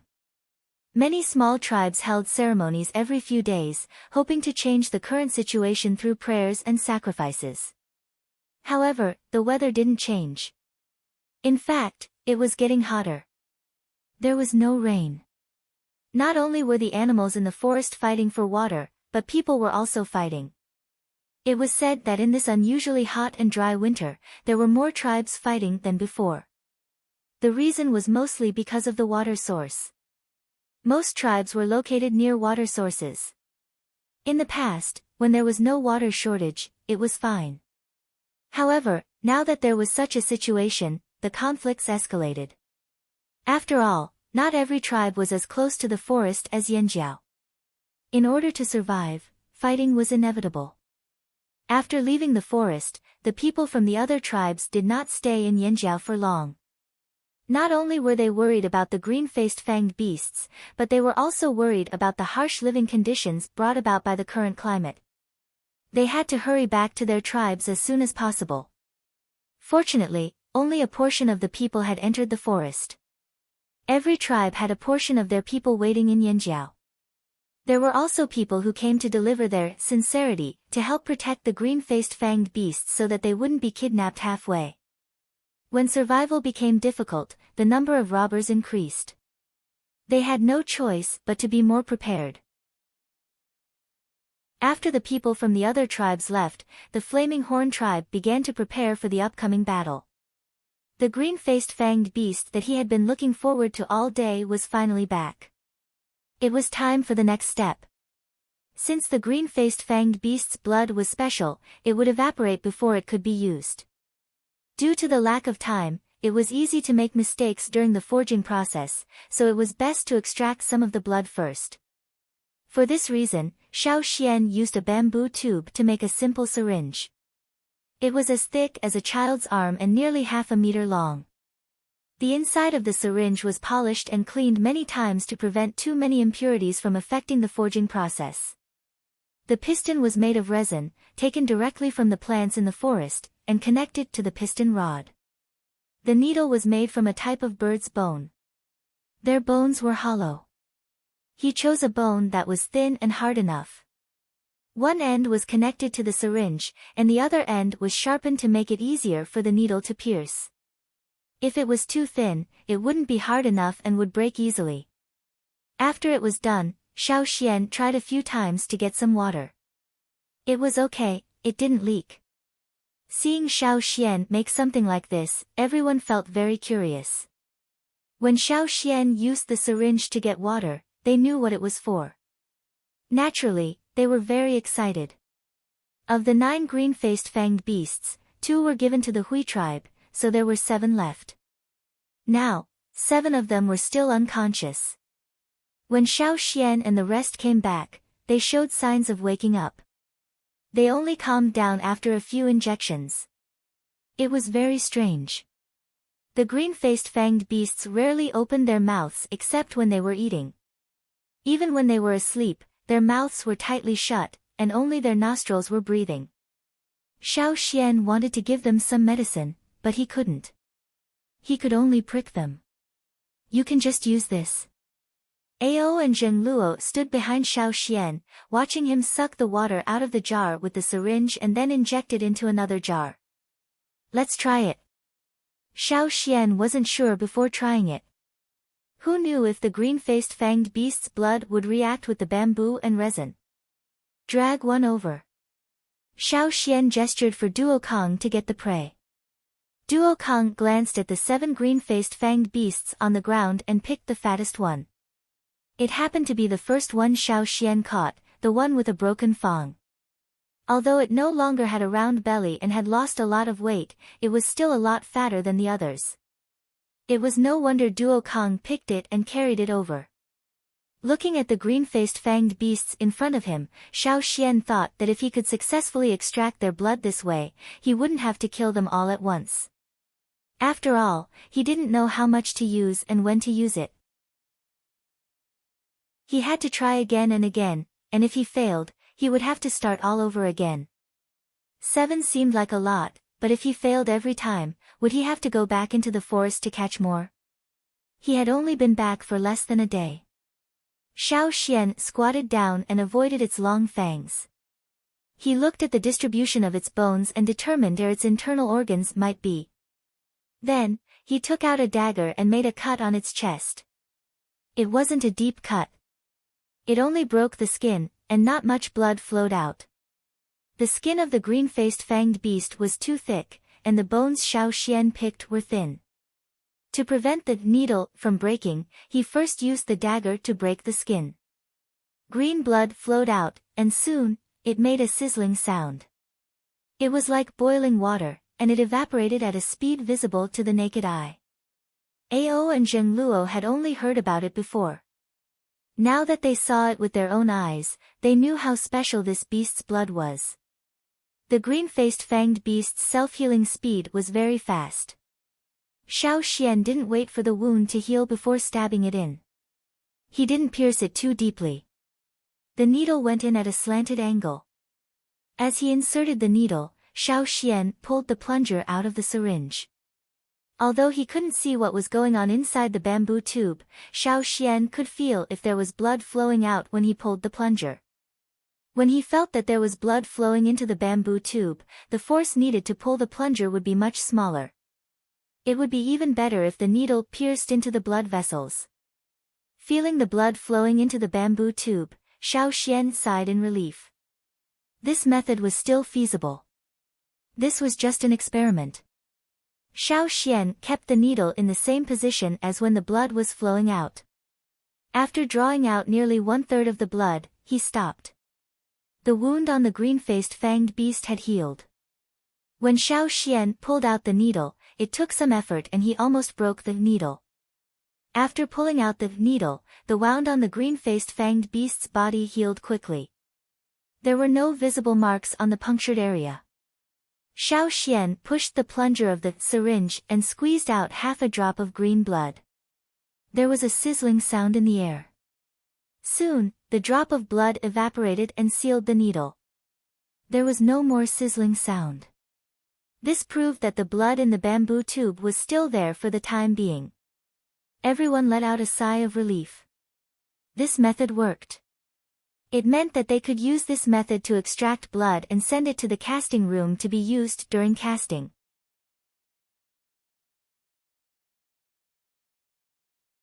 Chapter 559. Once the blood had been extracted, the casting process would begin soon. They did not know how long the blood would last in the bamboo tube, nor could they guarantee that the blood would not deteriorate. That was why they had to start as soon as possible. In the casting room, all unrelated people were chased out. Even if they wanted to watch, they could only wait outside. Other than the 2 chiefs and the 3 team leaders, the other team leaders could only walk around in circles, craning their necks but to no avail. The casting process was still the same as the slave master's mud casting method. They poured molten alloy liquid into the mold. Most of the casting materials were mud. However, this casting process was different from the past. Everyone was more careful with every step. This was an experiment using the green-faced fanged beast's blood. It was an important turning point. If they succeeded, the tribe's bronze wares would be upgraded to a higher level and the use of stone tools would gradually be replaced. After all, if the new bronze wares were hard enough and sharp enough, or as Gong Jiaheng said, if they could cut through stone, many people would choose to use bronze wares. The clay used for casting had been dried in the shade for a long time and repeatedly smashed to a high degree of maturity.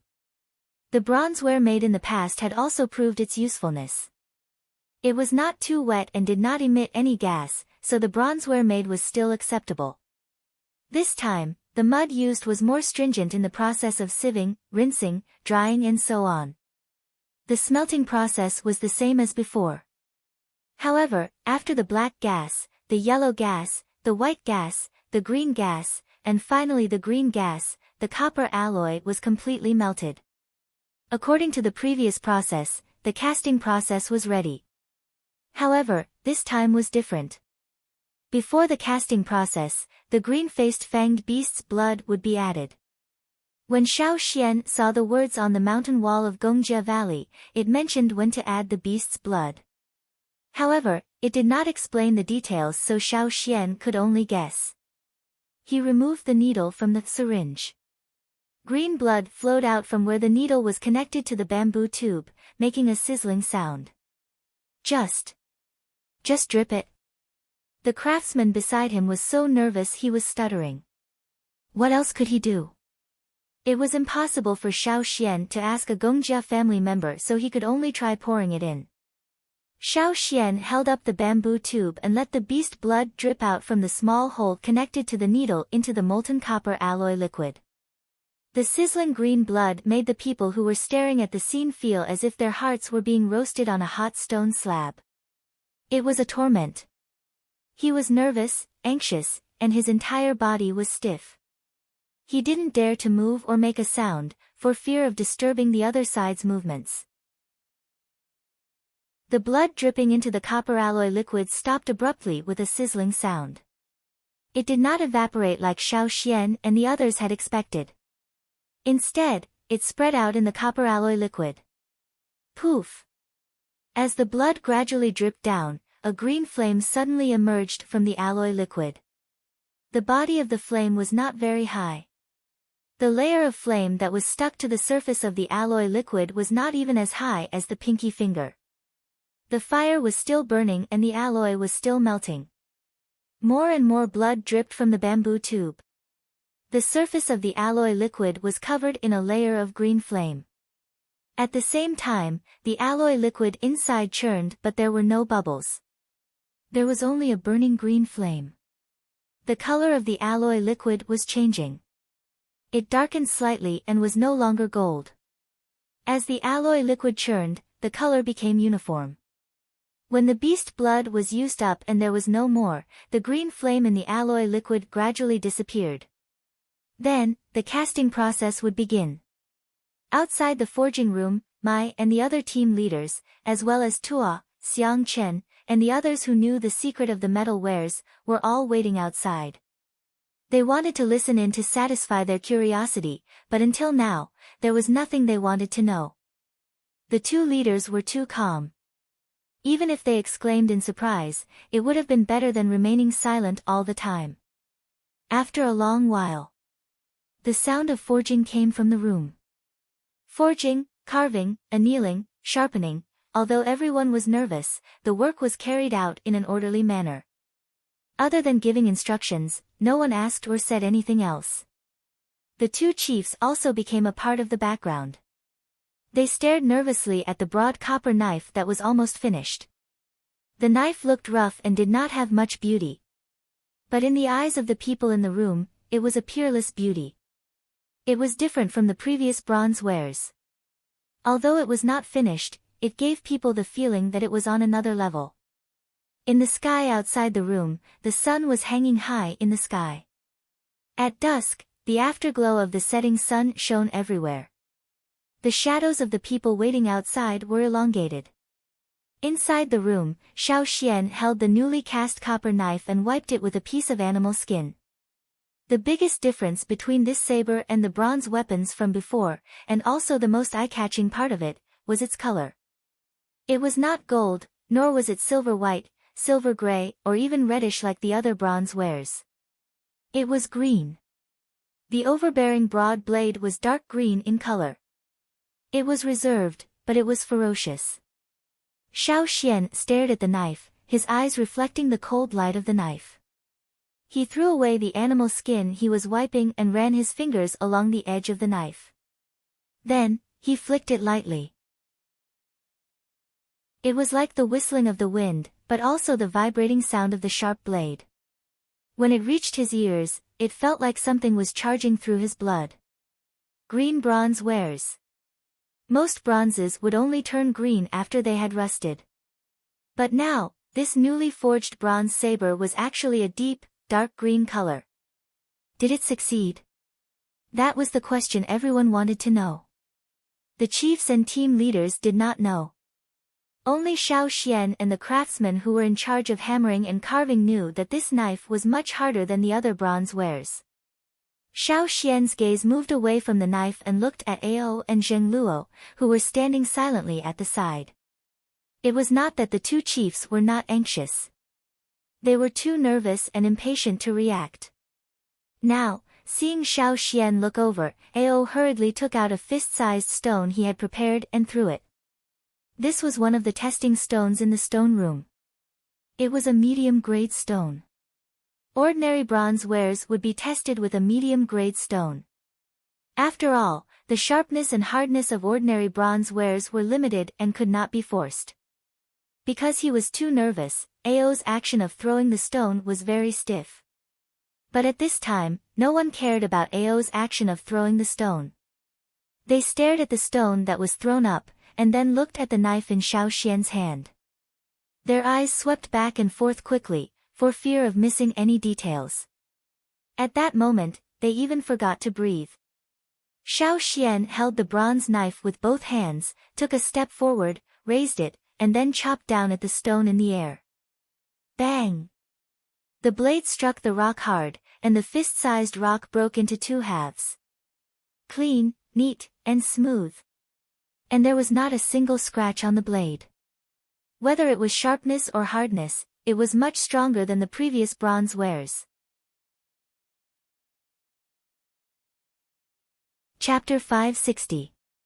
The first stone was a medium-grade stone.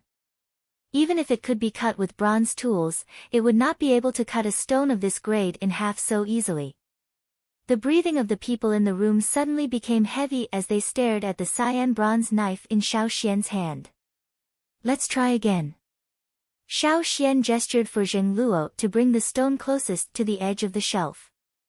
The stones placed there were at least medium-grade stones. There were also some scraps of high-quality stones left over from the polishing of tools. They were placed here as testing stones. When they heard that Xiao Xian was going to test his knife with medium-grade stones, the two chiefs' hearts ached. What if the knife bent? What if there was a nick in the knife? However, after Xiao Xian tested his knife, they fell silent.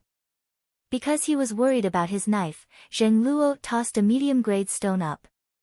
It was still a little off from a high-grade stone, but Xiao Xian's bronze knife easily left a nick in it. Although it did not cut the stone in half like before, the result was enough to satisfy everyone in the room. This knife is similar to the one Gong Jiaheng made, right? Zheng Luo took the knife from Xiao Xian and carefully touched the spot where he cut the stone. There was no nick. Back when they were on the other side of the sea, Gong Jiaheng had returned from Gongjia Valley to visit the Flaming Horn tribe. The rock he used to test his sword on was also above average grade and had a similar hole. That was why Zheng Luo was reminded of what happened back then. That was made by the Gongjia craftsman. And the one in his hand was no worse than the one the craftsman made. Zheng Luo was instantly filled with pride and heroism. He wanted to shout out loud to let the world know. Look, this is a weapon made by the Yanjiao tribe. It's no worse than the Gongjia people. In terms of craftsmanship, Yanjiao could not compare to the talented Gongjia family. However, they had other ways to close the gap. Look, isn't it done? Of course, if Gong Jiaheng had green-faced fanged beast blood, he could definitely make better weapons. But they didn't have that. Zheng Luo and Duo Kong couldn't help but feel smug. If the Taiha people were here, they would probably be shocked. After all, the Taiha tribe had always been better than the Yanjiao tribe in terms of farming and casting. They really wanted to see their expressions. What a pity. He couldn't see her. Zheng Luo reluctantly handed the knife to Ao. He had already seen it. There were others waiting to see the first Yanjiao bronze knife. Opening the door to the stone house, Zheng Luo had a complicated smile on his face. His steps were light and he shook as he walked, causing the small leaders outside to glance at him. However, their gazes quickly shifted to the stone house. Zheng Luo had already come out and the door was open. Did that mean the things were done? Judging from Chief Zheng Luo's reaction, did he succeed? Hence, after Zheng Luo left, the people who had been anxiously waiting outside also swarmed in. Xiao Xian did not continue to stay inside. He had to check on the green-faced fanged beasts. According to the plan they had discussed, they would make a bronze weapon every day. This meant that he had to take a bamboo tube of beast blood every day for at least 6 days. Now, the tribe's attitude towards the 7 green-faced fanged beasts was not to kill them straight away. They were going to adopt a sustainable development strategy and try their best to raise them. When Xiao Xian came back, he brought back a few stalks of grass that the green-faced fanged beasts liked to eat. He had already planted them in the tribe but they were not growing well. He wasn't sure if they could survive. Even if they could, those few stalks would not be enough to satisfy the 7 beasts. He just didn't know what else the beasts ate other than that grass. If these beasts were too picky, they would not be able to implement a sustainable development strategy. They would have to take their blood and cook them. Otherwise, they would starve to death. Right, he did not know if the meat of the green-faced fanged beasts could be eaten. Xiao Xian remembered that when he was in the fearsome beast forest, the bodies of the beasts were not complete. Most of them had evaporated along with the blood. Forget it, he would think about it later. Let's see if they ate other things first. While Xiao Xian was thinking about how to better implement a sustainable development strategy, a new atmosphere was spreading in the tribe. The successful casting of the new bronze wares was indeed inspiring. Its production was of great significance to the entire tribe. As long as one was a tribesman, they all knew that this would be a turning point. The innovation of tools would begin from here on out. The news of the success of the new bronze weapon was not made public. Only the higher-ups of the tribe and those who participated in the mission knew about it. Most people did not know about it. However, they could see that the leaders of the tribe who were originally gloomy due to the weather suddenly smiled brightly today. After the success of the first sword, Xiao Xian used the same method to take blood from the green-faced fanged beasts in the next few days. This way, he could take blood and ensure that the beasts would not be seriously injured. With the experience of the previous day, Xiao Xian took less blood in the next few days than the first day. This was because he found that after adding beast blood into the molten alloy liquid, there would be a saturation state. When the beast blood mixed with the alloy liquid and reached a saturated state, adding more beast blood would only cause the green flame to continue, and the alloy liquid would no longer tumble and fuse. After that, the new bronze weapons such as knives and axes were successfully cast. This proved Xiao Xian's guess. This also gave everyone a clear understanding of the use of beast blood. They could roughly calculate how much beast blood was needed for the alloy liquid. In 7 days, Xiao Xian took 7 vials of beast blood from 7 green-faced fanged beasts. The 7 beasts were still unconscious. Including the big sword on the first day, a total of 7 weapons were made in 7 days. Most of them were large swords and axes. They were at least twice as large as the ones used by other tribesmen. After all, the Yanjiao people were very strong, and the weapons used by ordinary people were too light for them. The shape of the swords and axes came from the requirements of the warriors. It came from the habits of the warriors in the process of survival. They knew better than anyone what kind of weapon was best for them. However, 7 weapons were still not enough for everyone to share. They already had the leaders, the team leaders, and the other warriors who had made contributions. When everyone was about to start the second round of forging, the 7 green-faced fanged beasts finally woke up.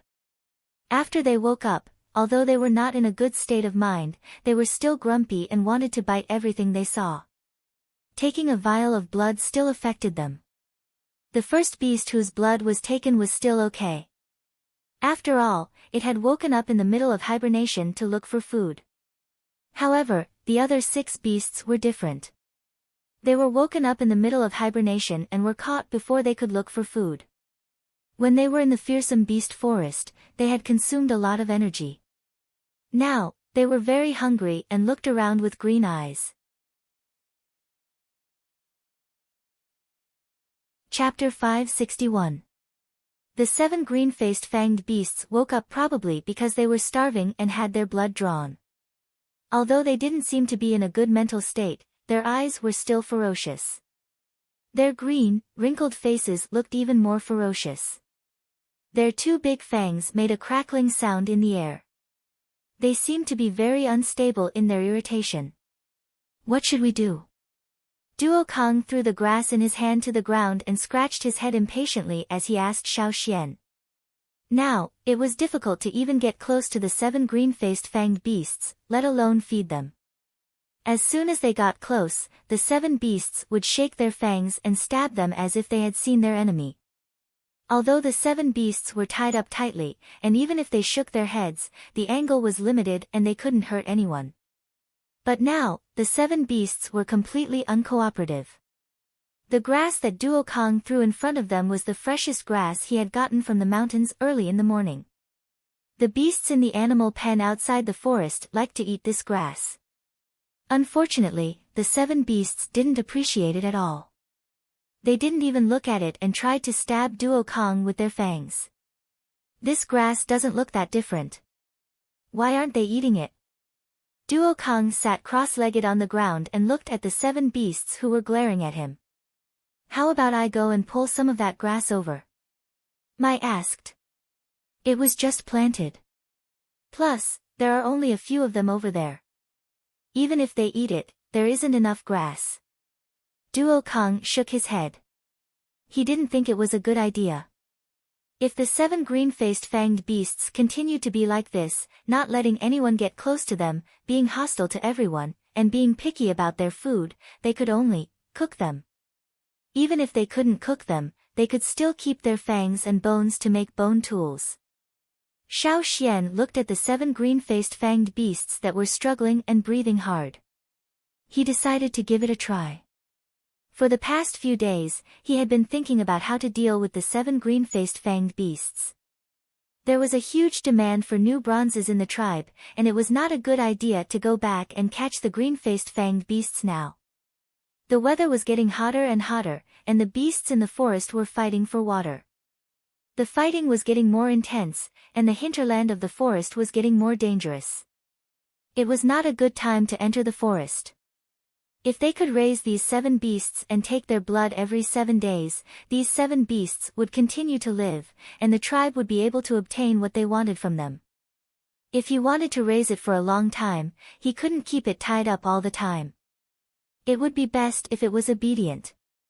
To make them more obedient, it was impossible to domesticate them. Their tempers had long been cultivated. Xiao Xian thought about it, and there was only one way: to enslave them. Ji Ju had once said that the first slave would be the most loyal of all the slaves, and the one with the closest connection to the slave master's consciousness. No matter how good the other slaves were, they would always be a little worse. This was the commonality of slavery, so when choosing the first slave, one must be very cautious.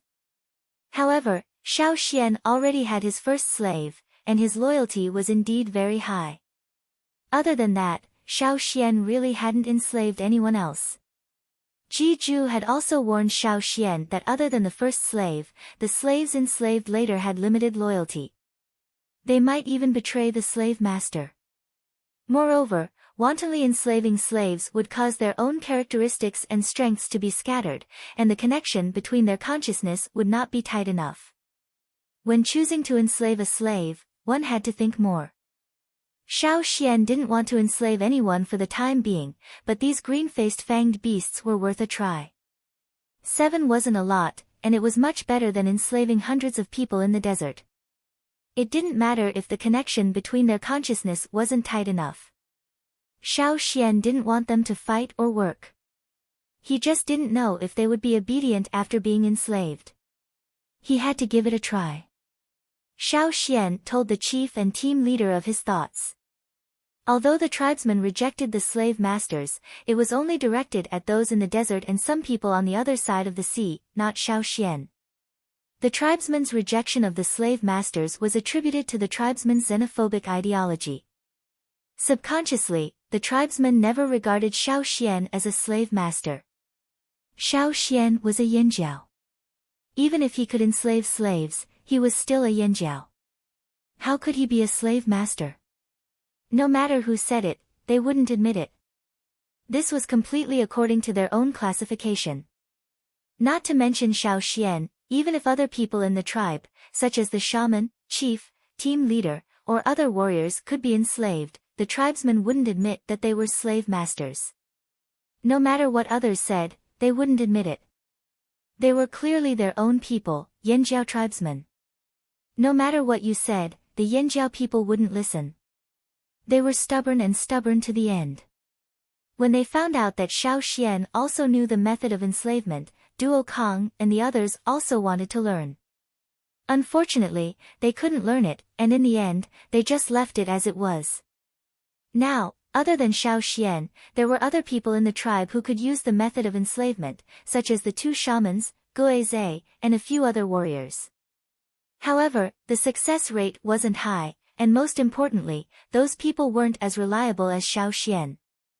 Instead of asking them to enslave the green-faced fanged beasts, it was better to let Xiao Xian give it a try. At the place where the green-faced fanged beasts were tied up, there was no one else other than Xiao Xian and a few other leaders. There were also warriors guarding outside, and they wouldn't let unrelated people near. Xiao Xian glanced at the green-faced fanged beasts, and walked to the one with a broken tooth. Seeing Xiao Xian, the green-faced fanged beast probably recognized him. It struggled hard, and the murderous intent in its eyes shot out. If it wasn't tied up at this moment, it would probably rush towards Xiao Xian and fight to the death. Unfortunately, now that it was tied up, it wasn't in good spirits. After struggling for so long, it was hungry and weak, and its strength was a lot weaker. It couldn't attack Xiao Xian. Staring at the green-faced fanged beast in front of him, Xiao Xian reached out his hand. Xiao Xian hadn't used the power of enslavement for a long time, and according to the rules of power flow in his memory, he slowly mobilized the power of inheritance. Xiao Xian's aura suddenly changed in an instant. In his mind, the totem flame violently rolled, and the shell wrapped around the totem flame became brighter. 5 blue flames came out of it, and the momentum was like a dragon. They rushed directly through his arm and reached Xiao Xian's 5 fingers. Puff, the blue flames came out of Xiao Xian's hand. The green-faced fanged beast that was struggling to breathe suddenly seemed to be extinguished. Not only the one in front of Xiao Xian, but the other 6 also stopped struggling, and their eyes were fixed on Xiao Xian. The blue flames wrapped around his hand, and he reached out to the green-faced fanged beast in front of him. Whoosh! A gust of wind suddenly blew in the house, and there seemed to be layers of ripples flashing in the air. The few warriors guarding outside the house were a little uncertain when they heard the wind. They looked at the trees and the weeds on the ground outside, and they didn't move much. How could they hear the wind? However, the wind was getting louder and louder, and the warriors guarding the house couldn't ignore it. Some of the small gaps in the house's doors and windows were pushed out, making a sharp sound, as if something was roaring and was about to rush out. Chapter 562. When the wind stopped blowing, the enslavement of the 7 green-faced fanged beasts was complete. However, the 7 green-faced fanged beasts were unconscious again. The specific results of the enslavement could only be determined after they woke up. Xiao Xian could feel the connection between his consciousness and the 7 green-faced fanged beasts. Although it was not as close as the first enslaved sapphire, he could still roughly understand their situation. The enslavement was successful, but these 7 beasts might not be as obedient as everyone expected. Fortunately, these 7 beasts were still very strong. They would be fine even if they were starved for 2 more days. Xiao Xian was sure of this. The next day, Xiao Xian received a report and once again went to the house where the green-faced fanged beasts were kept. The 7 green-faced fanged beasts had already woken up. Duo Kong and the others were still standing at a safe distance, looking at the green-faced fanged beasts and waiting for Xiao Xian's confirmation. Everyone was still very nervous about how obedient these 7 new slaves would be. It would be great if they were as obedient as Sapphire. After all, the green-faced fanged beasts were too aggressive. Their fangs were also dangerous. It would be bad if they stabbed the people in the tribe. The obvious difference between these 7 beasts and yesterday was that their eyes were not as fierce as before. Especially after Xiao Xian's appearance, they were much more restrained. The frequency of their nostrils snorting decreased. When Xiao Xian approached, they did not struggle. This was a good sign. Xiao Xian walked over. The first one he picked was the one with a broken tooth. As Xiao Xian approached, the green-faced fanged beast only shook a little as if it wanted to avoid him. In the end, it stopped and did not move again. Xiao Xian reached out his hand and approached the vine rope tied to the green-faced fanged beast. It just looked at him and did not intend to attack. The fanged beast did not point in the direction of Xiao Xian either. Seeing that everyone in the house was ready to defend, Xiao Xian untied the vine rope on the green-faced fanged beast. During the process, he also paid attention to the connection between him and the green-faced fanged beast. After confirming that it was not aggressive, he released the vine rope. Patter. The ropes that bound the green-faced fanged beast's head and forelimbs fell to the ground. It seemed to want to run away, but Xiao Xian held it down. If it had been in the past, it would have definitely turned its head and stabbed Xiao Xian with its fangs. But now, it only struggled a little and remained in the position where Xiao Xian held it down. Not only was there no ferocity in its eyes, but it was also puzzled, as if it did not understand why Xiao Xian held it down and did not allow it to move. Seeing this, the 2 leaders and the team leaders felt relieved. Then, joy appeared on their faces. No matter what the final result was, they were already very satisfied with this level of enslavement. Compared to the situation yesterday where they were struggling and shaking their fangs with all their might, the ones in front of him now were really too obedient. Seeing that the result was satisfactory and in line with his expectations, Xiao Xian untied the vine rope that bound its hind legs. After being tied up for so long, the green-faced fanged beast supported itself on the ground with its 4 hooves and stood up uncomfortably. The leaders and team leaders next to them tightened their grip on their weapons and stared at the green-faced fanged beast that had already stood up, guarding against any sudden attacks. Xiao Xian was also on guard. Although the consciousness that connected with the green-faced fanged beast did not have any intention of attacking, it was still better to be cautious. The green-faced fanged beast that finally stood up on its 4 hooves. It was unknown whether it was because it was too hungry or because it had been tied up for too long that its whole body was stiff. It walked a few steps unnaturally, then with a whoosh, it ran away. Xiao Xian put down his sword because he didn't receive any attack from it. The chiefs and leaders in the house could see that the green-faced fanged beast was just trying to run around, it wasn't trying to attack them. Xiao Xian's order to them, "Don't attack the people of the Flaming Horns tribe at will," was indeed carried out. After running around the room like the wind, the green-faced fanged beast walked to Xiao Xian's side and looked at Xiao Xian. What does it want to do?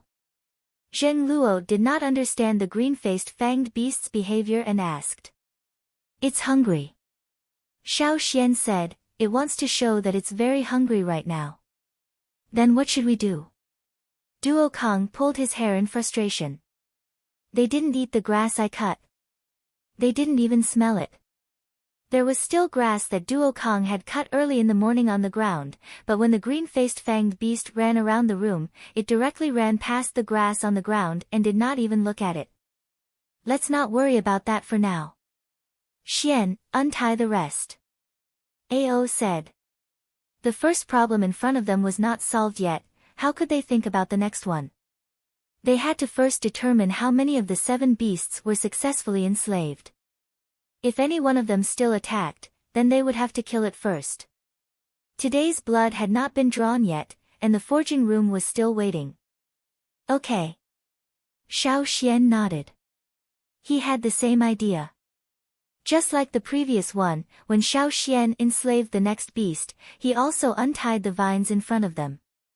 Although it was safer to untie the vines in front of their legs first, it was not easy to identify them. If he untied the vines in front of them first, they would immediately express their intentions. After their heads and necks were freed, if they had the slightest intention to attack, they would immediately execute it. This was more accurate. With their hind legs tied, even if they still wanted to attack, their movements would be greatly restricted. Fortunately, the other 6 beasts did not express any intention to attack, at least not yet. Xiao Xian picked up the vines on the ground and looped them around their necks one by one. Then, he held the other end of the 7 vines. Okay, the first problem is solved. Now, we should think about what to feed them. Zheng Luo sighed. If they wanted to raise these 7 beasts, they had to feed them, right? What should they feed them? The problem now is not what to feed them, but what do they want to eat? Xiao Xian pulled on one of the vines, indicating that the green-faced fanged beast should not move. They are hungry and their tempers are worse. Other than the grass in the forest, what else could they feed the green-faced fanged beasts? This problem was too difficult. For a moment, the room was silent. Everyone was thinking hard, thinking about the plants they had seen. Which one could possibly make the green-faced fanged beasts open their mouths? The grains stored in the tribe, they did not eat. The freshly cut grass, they did not eat. The fruits picked in the forest, they still did not eat. Then what did they eat? Since we can't guess what would make them open their mouths, then let them find it themselves. Xiao Xian stood up and looked at the chiefs and team leaders in the room. First, let them go to the fields to take a look. In order to let these green-faced fanged beasts go to the fields to find food, they must first disperse the unrelated people in the fields, especially those who had not awakened their totemic powers. They must be kept away first, or else, if they were not careful, they would be in trouble. Those people could not take a stab from the green-faced fanged beasts. Chapter 563. On this day, everyone in the Yanjiao tribe, whether they lived in the forest or outside the forest, were told to stay at home and not go out for the time being. Many people in the tribe panicked, worried that something big had happened. The wanderers who went to work every day also panicked. They relied on their labor in exchange for food from the Yanjiao tribe. They couldn't help but wonder what had happened when the Yanjiao suddenly sent out such a message. Were there bandits again? It shouldn't be. Even if there were bandits, it wouldn't be like this. Was there something dangerous? No matter how curious they were or what they thought, since the tribe had sent out this message, they had to do as they were told. For a moment, the forest was much quieter. In order to avoid provoking the green-faced fanged beasts, the tribe sent Caesar and the other beasts away. They didn't let them see each other.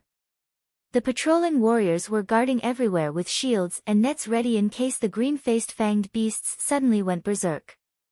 They could subdue them as soon as possible. The 7 green-faced fanged beasts were all taller than Xiao Xian's waist. The biggest one was as tall as Xiao Xian's chest.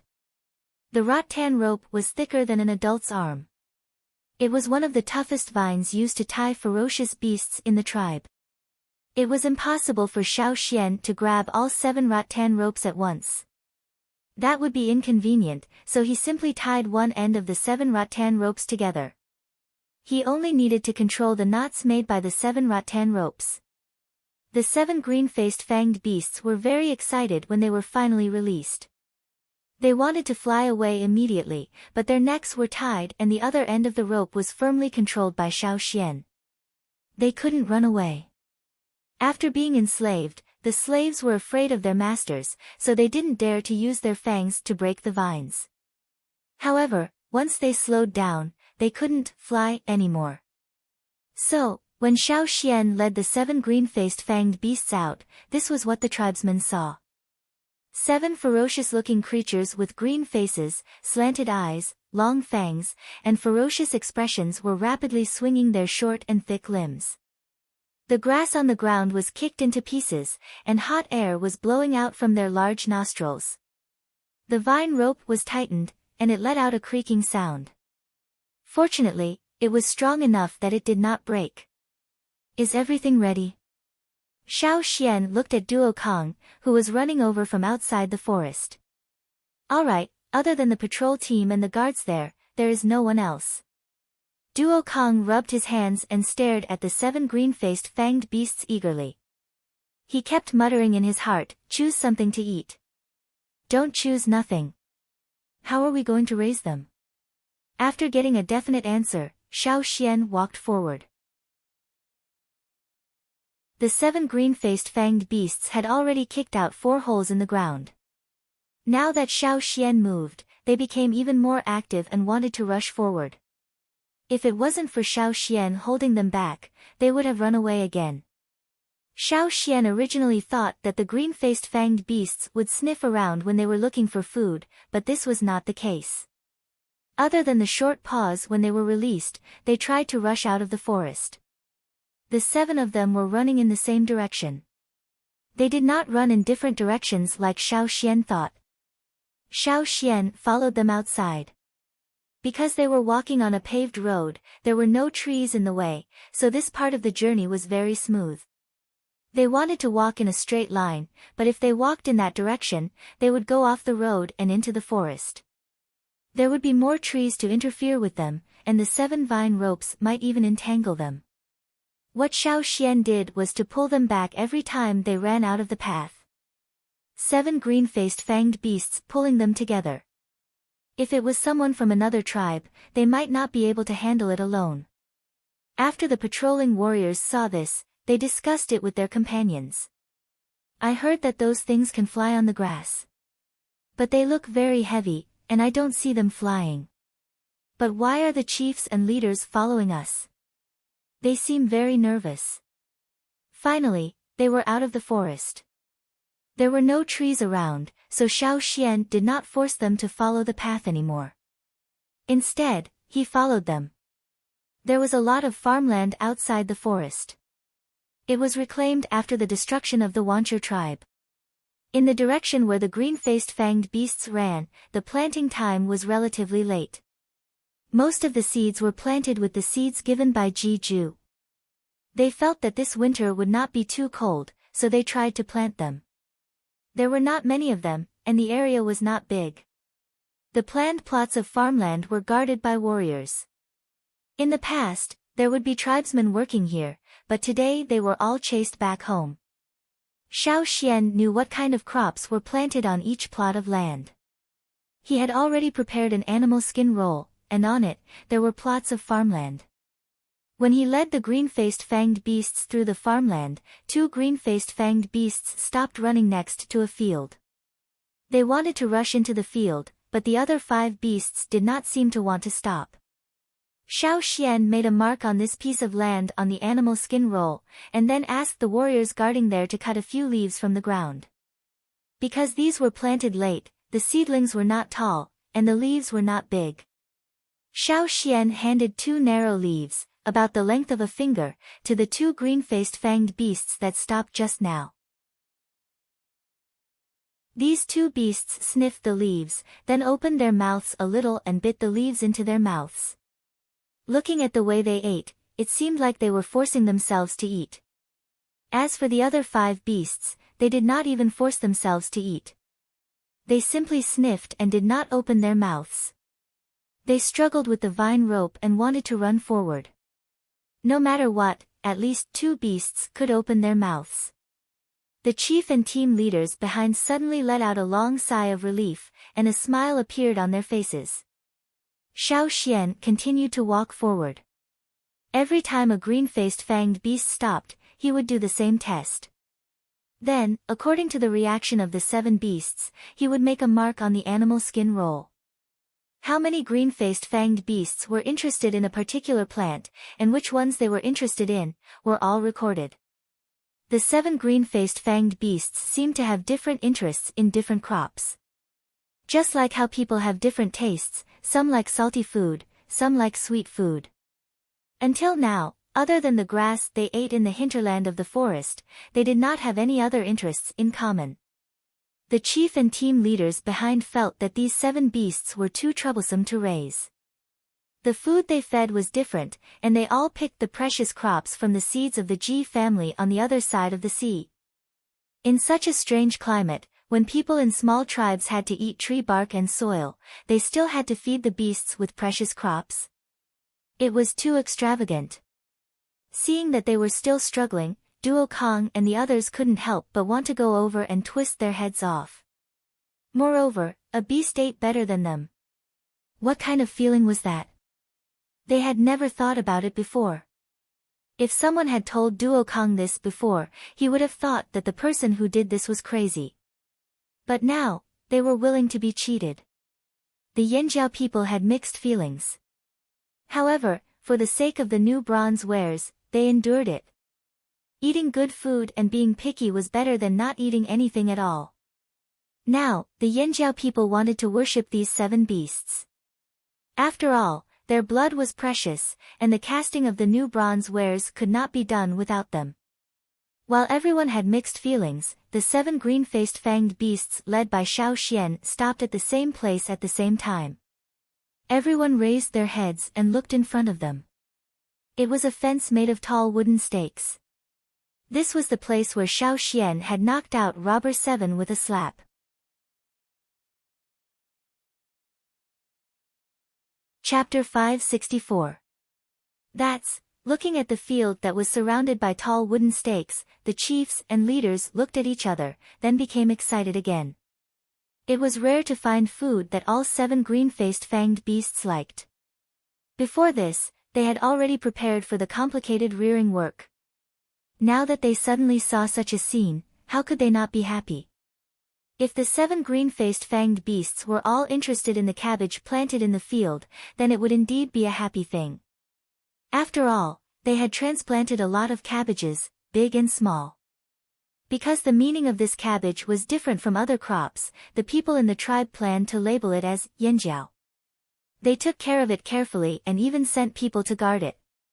When they first transplanted the cabbages, many of the leaves were incomplete and the growth of the cabbages was slow. After entering the rapid growth period here, they completely changed. When they were transplanted, the cabbages that were less than the height of a knee were now half the height of a person. Moreover, as long as they had enough water and nutrients, they would continue to grow quickly.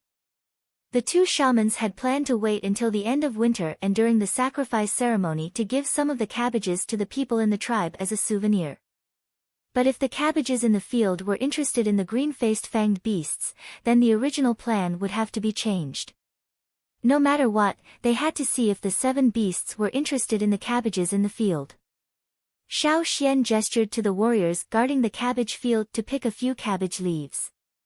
He especially emphasized, pick the old leaves on the outside first.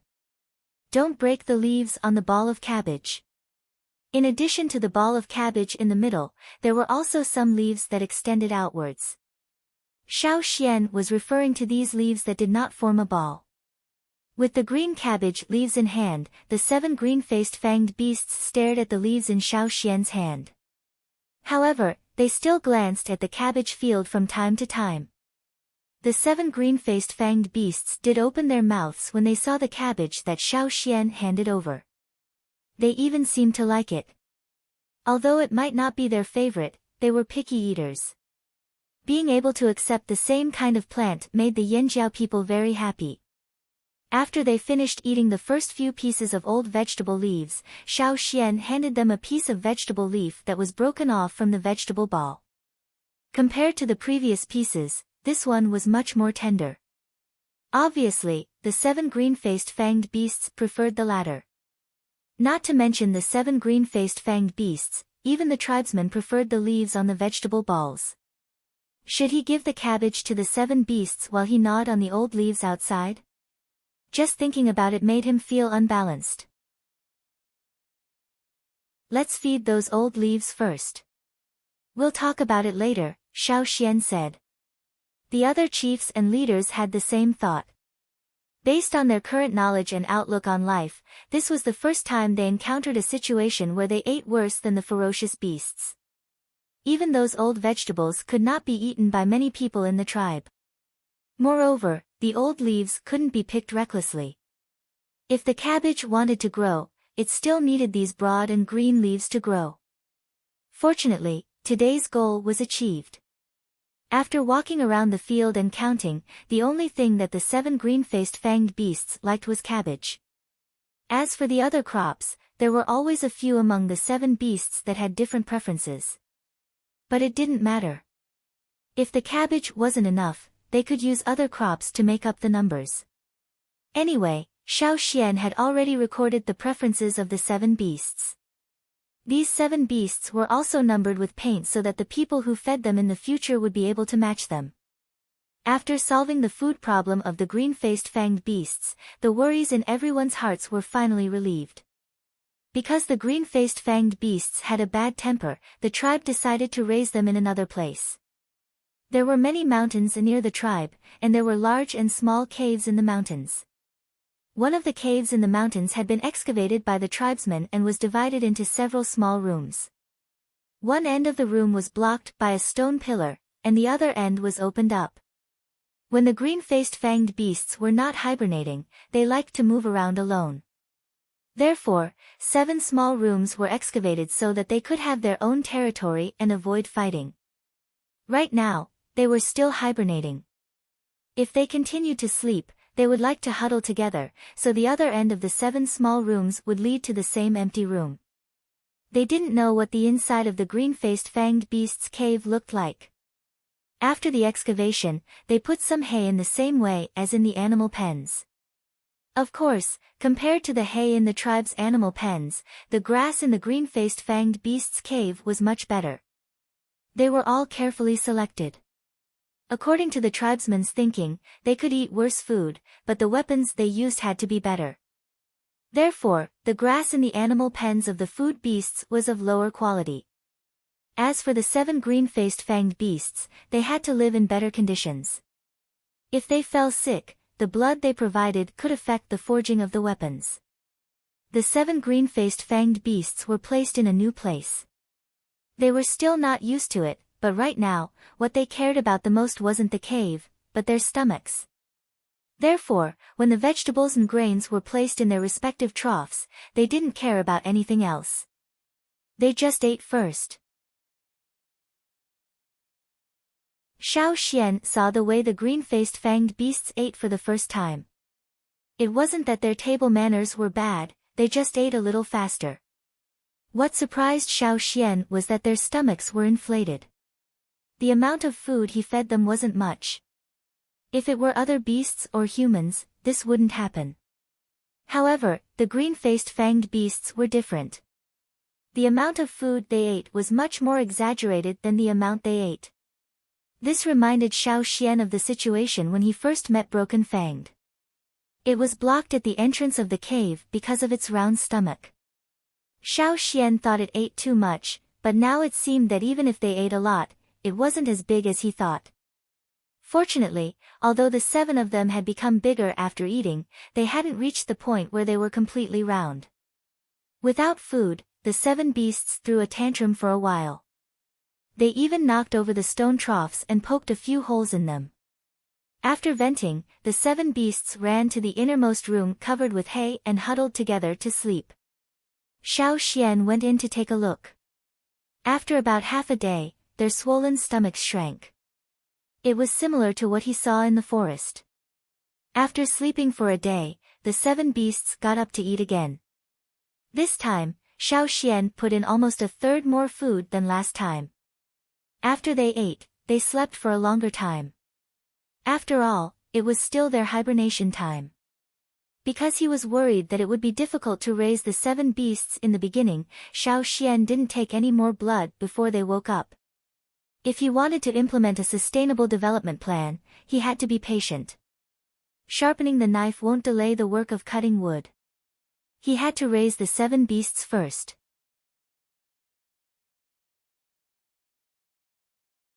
Chapter 565. The Yanjiao tribesmen treated the 7 green-faced fanged beasts very well. It was rare for them to take care of the beasts so well. Xiao Xian even drew blood from them once. However, one day, the 7 green-faced fanged beasts fell asleep after eating their fill. Xiao Xian stopped drawing blood and let them continue their hibernation. He could feel that it would be a long time before the beasts woke up again. The second batch of green bronze wares were made. The first to receive them were naturally those with high positions and contributions in the tribe. The chief and the team leaders all received their wares, but there were close to 20 of the team leaders. There were too many people but not enough wares, so the chief and the team leaders distributed their old weapons for the team leaders to use first. Many of the weapons were made by Gong Jiaheng. Although they were not as good as Xiao Xian's sword, they were better than most of the bronze wares now.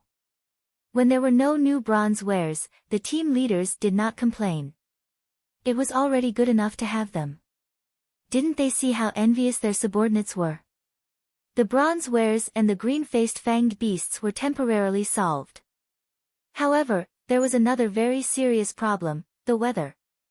Yes, there were no snow walls taller than houses, so people would not freeze if they walked out. However, they were running towards the other extreme. Compared to the time when Xiao Xian and the rest returned from the forest, the weather was much hotter now. If a bird's egg was dropped on the ground and cracked, the egg would be cooked immediately. That was a muddy grassland. Many of the grass that was still green in the beginning of winter could not withstand the cold but could not withstand the drought. Clumps of grass withered and died. The tribesmen cut them and tied them into bundles to be used as firewood. However, they had to avoid fires in dry weather. They were in the forest after all. If a fire broke out in this weather, the entire tribe would suffer. Hence, under Xiao Xian's suggestion, the tribe strengthened their management of the fire, especially the people who lived in the forest. They were all warned. According to the warriors who went out to scout, the fighting outside had become more and more intense. Before, it was only some small tribes that were fighting. Now, some large and medium-sized tribes had joined in the fight. Just like the rules in the forest, only the strong could have more resources. The weak could only stand aside and watch, praying that the strong could give them some leftovers. A few days ago, the Lu tribe sent people over with more than 30 dumb birds. They wanted to trade for water and some other things with the flaming horns. Due to the hot weather, the Lu tribe's large-scale breeding of all kinds of animals was not in good condition. However, the chief of the Lu tribe had made a wise decision this year. They had sold most of the animals in the tribe at the beginning, leaving behind only the young ones. Nearly half of the animals were sold to Yanjiao and the other half were sold to various large and medium-sized tribes. Therefore, although the weather was getting hotter and hotter in winter, they could still maintain a normal life. Moreover, they had their own water source, a pool. The water came from underground and did not dry all year round. The people of the Lu tribe always had their own way of dealing with disasters, and they were agile enough. Their leaders were also very smart and decisive. Therefore, even if they encountered natural disasters, they would be able to avoid them smoothly. This was something that the other large tribes all knew. However, this year's weather was beyond the Lu tribe's imagination. They thought that even if it was hot this year, it would not be much hotter than last year. However, this was not the case. They were too naive. The hot yang guang baked the earth every day. Many plants that were far from the water source and could not withstand the drought died because of the drought. Last year, a batch of them were eliminated. This year, even more were eliminated. Only those plants and animals that could withstand the drought could survive in this climate. It's dangerous. The person in charge of the transportation was Yanjiao, who was familiar with Xiao Xian. After arriving at Yanjiao, Yanjiao gulped down a bottle of water. It had been many days since he drank water like this. Don't you have a pool? Why is there still water? Duo Kong asked. If other tribes asked this question, Yanjiao might not have told them the truth. However, the Yanjiao people were different. After interacting with them for so long, Yanjiu had a good understanding of the Yanjiao people. He knew that they were just curious and did not want to pry any secrets from him. It's almost dry. Yanjiu sighed. How is that possible? Xiao Xian was surprised, but after thinking about it, it made sense. Many small rivers and streams in the forest had dried up, and in some karst caves, there were pools that seeped out from underground water. Now, all of them had dried up, so it made sense that something like this had happened to the Lu tribe. It's not just you guys.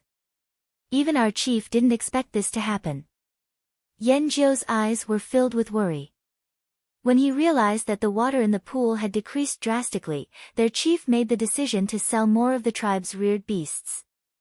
Even though they might not be able to get anything they were satisfied with, they still insisted on this decision. Yanjiu was still in charge of Yanjiao. Other tribes might hesitate, but the Yanjiao tribe would definitely be able to get these beasts. They could also trade for water and other resources from Yanjiao. After all, Yanjiao was in the fearsome beast forest. Was there any shortage of water in the forest? At least, that was what Yanjiu thought. However, after hearing about the situation in the forest from Xiao Xian, everyone in the Lu tribe fell silent. The situation was worse than they thought. No wonder their chief made the decision to sell the reared beasts at such a low price. There would be even less water. The people in the tribe couldn't even satisfy their needs. Why would they care about the reared beasts? Therefore, the chief of the Lu tribe decided to keep the core cubs and sell the rest to reduce consumption. As long as their foundation wasn't shaken, their farm could still recover quickly. Oh right, I see that the number of guards you have this time is more than double the number of guards you had before. Are there a lot of robberies? Asked Xiao Xian. Speaking of this, Yanjiu was even more upset. Don't mention it. We met several groups of people on the way. There were even some wanderers who were not afraid of death. They even came to rob us. Although they were forced to do so by life, no one would sympathize with people who threatened their own interests. Moreover, this world was cruel. Except for the people in the tribe, everyone else was an outsider. If they couldn't even protect their own people, what did the lives of outsiders have to do with them? Not to mention that those people wanted to rob them. Even if the people of the Lu tribe were easy to talk to, they wouldn't be entangled in this issue. After complaining, Yanjiu looked at Xiao Xian and the others with a serious face. You guys should be careful too. Many people are coming this way. There must be a lot of water in the ferocious beast forest. This was what many people thought. In their imagination, the forest must be full of moist moss, streams and rivers everywhere, and juicy plants and fruits. If everyone said so, then it must be the truth. When they were forced to a certain extent, the threat of the ferocious beasts in the forest became very faint in their minds. Some people even deliberately stopped thinking about the dangerous factors in the forest. In fact, the Yanjiao tribe had already strengthened the defense and patrols around the forest. However, after hearing Yanjiu's words, the Yanjiao tribe increased the number of guards and patrols again. In the tribe, there was no such thing as winning people by virtue. Survival was always accompanied by blood and killing. It could be foreseen that in the next period of time, the situation in the ferocious beast forest might be different. However, what Xiao Xian was thinking about the most now wasn't those people who went into the forest to look for water.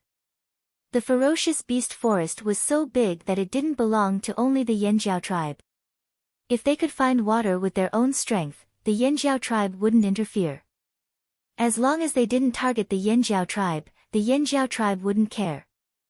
Moreover, the Yanjiao tribe's fighting strength was there for all to see. What Xiao Xian was most worried about was something that all the tribes had always been worried about but couldn't predict. The change of the weather was definitely a sign. The more severe the sign was, the more likely it was that the changes that might happen in the future would be so great that people couldn't predict it. Xiao Xian took out a straw rope woven from withered grass and tried to do a knot divination. However, halfway through the divination, the straw rope suddenly broke. It wasn't tangled up in a mess, but directly broken. There was even a section of the straw rope that was broken. This was the first time that Xiao Xian had encountered such a situation with the straw rope ever since he mastered the art of divination. This situation shocked Xiao Xian to the core. It was fine if he couldn't do a divination, but the change in the straw rope made Xiao Xian unable to calm down for a long time. Something big was going to happen, and that change was very close. Perhaps it would happen soon after the end of this climate change.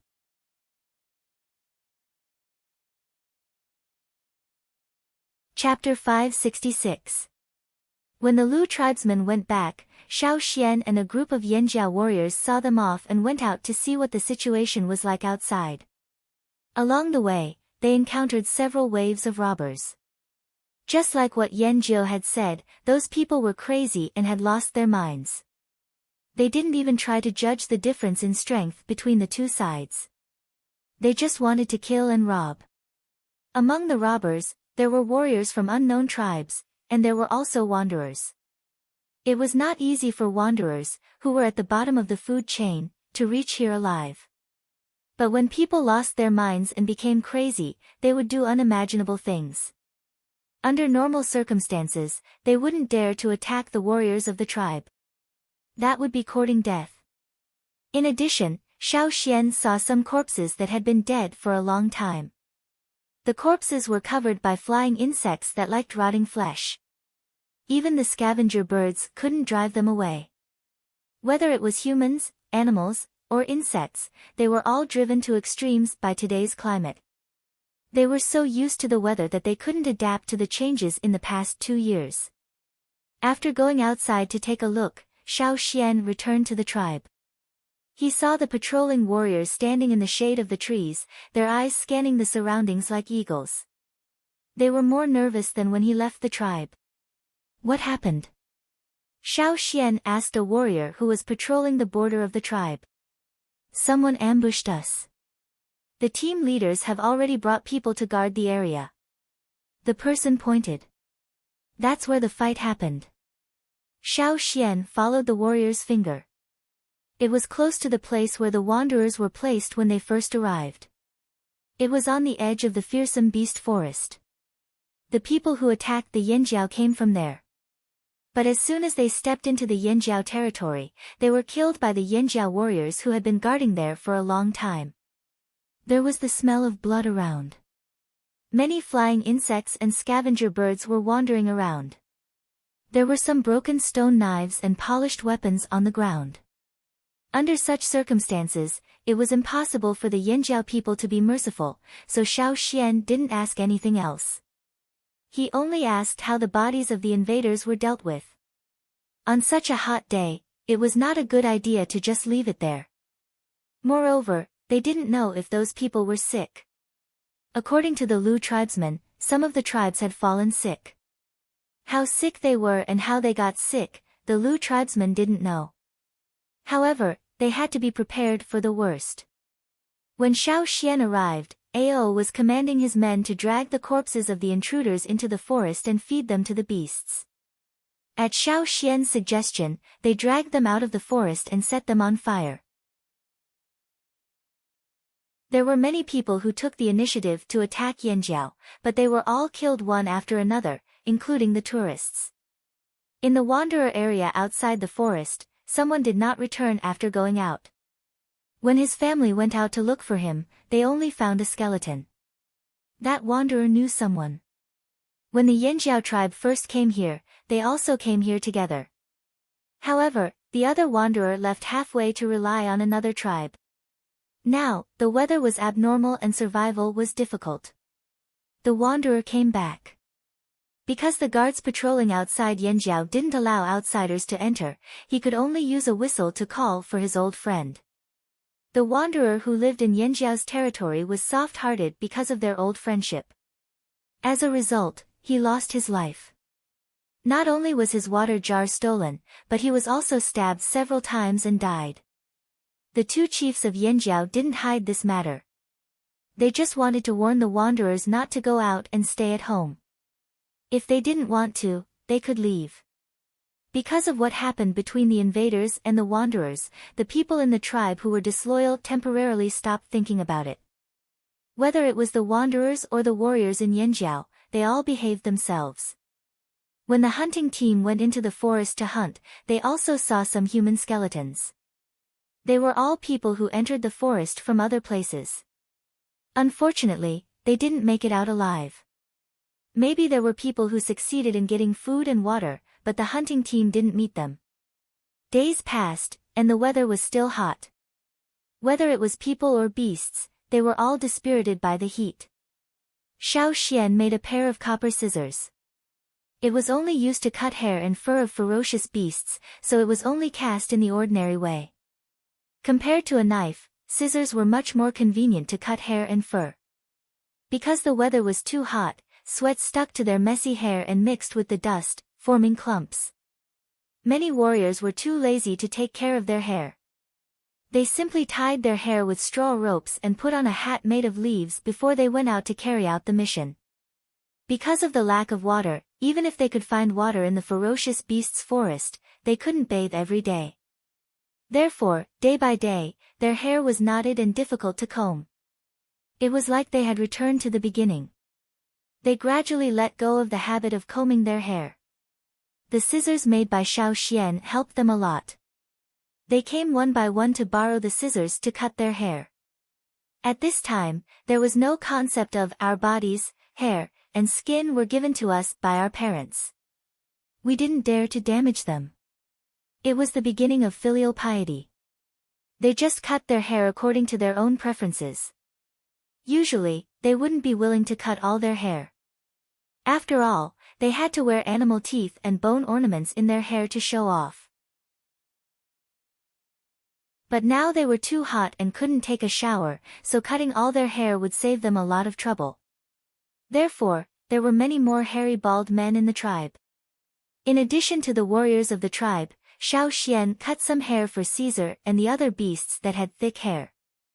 However, it was difficult to cut the hair of ferocious beasts with ordinary scissors. After several attempts, Xiao Xian gave up and lent the scissors to the people who looked after the animal pens. There were some animals with thick hair. They should have been slaughtered in the cold winter to keep their fur. Looking at the thick hair on their bodies, they looked unbearably hot. No wonder those animals were half dead every day. Even if they were given water, it didn't have much effect. The hot weather slowly passed as people prayed and cursed. When two thin crescent moons appeared in the dark night sky, the entire Yanjiao tribe, no, it should be said that almost all the tribes, people, and beasts on this land breathed a sigh of relief. Some even cried tears of joy. The appearance of the two crescent moons meant that according to the time, winter had passed. This kind of winter, for the people on this land, was simply suffering every minute and every second. They had never experienced winter like this before. After the end of winter, did it mean that this kind of weather would completely leave them and everything would return to normal? Everyone was looking forward to it. After the appearance of the two moons, on the second day of Yanjiao's sacrificial ceremony, the temperature began to drop. The wind became stronger and stronger. The coolness of the wind made the people who had experienced the torment of winter cheer to their heart's content. In the forest, all kinds of ferocious beasts also roared, welcoming the change. But, was the nightmare really over?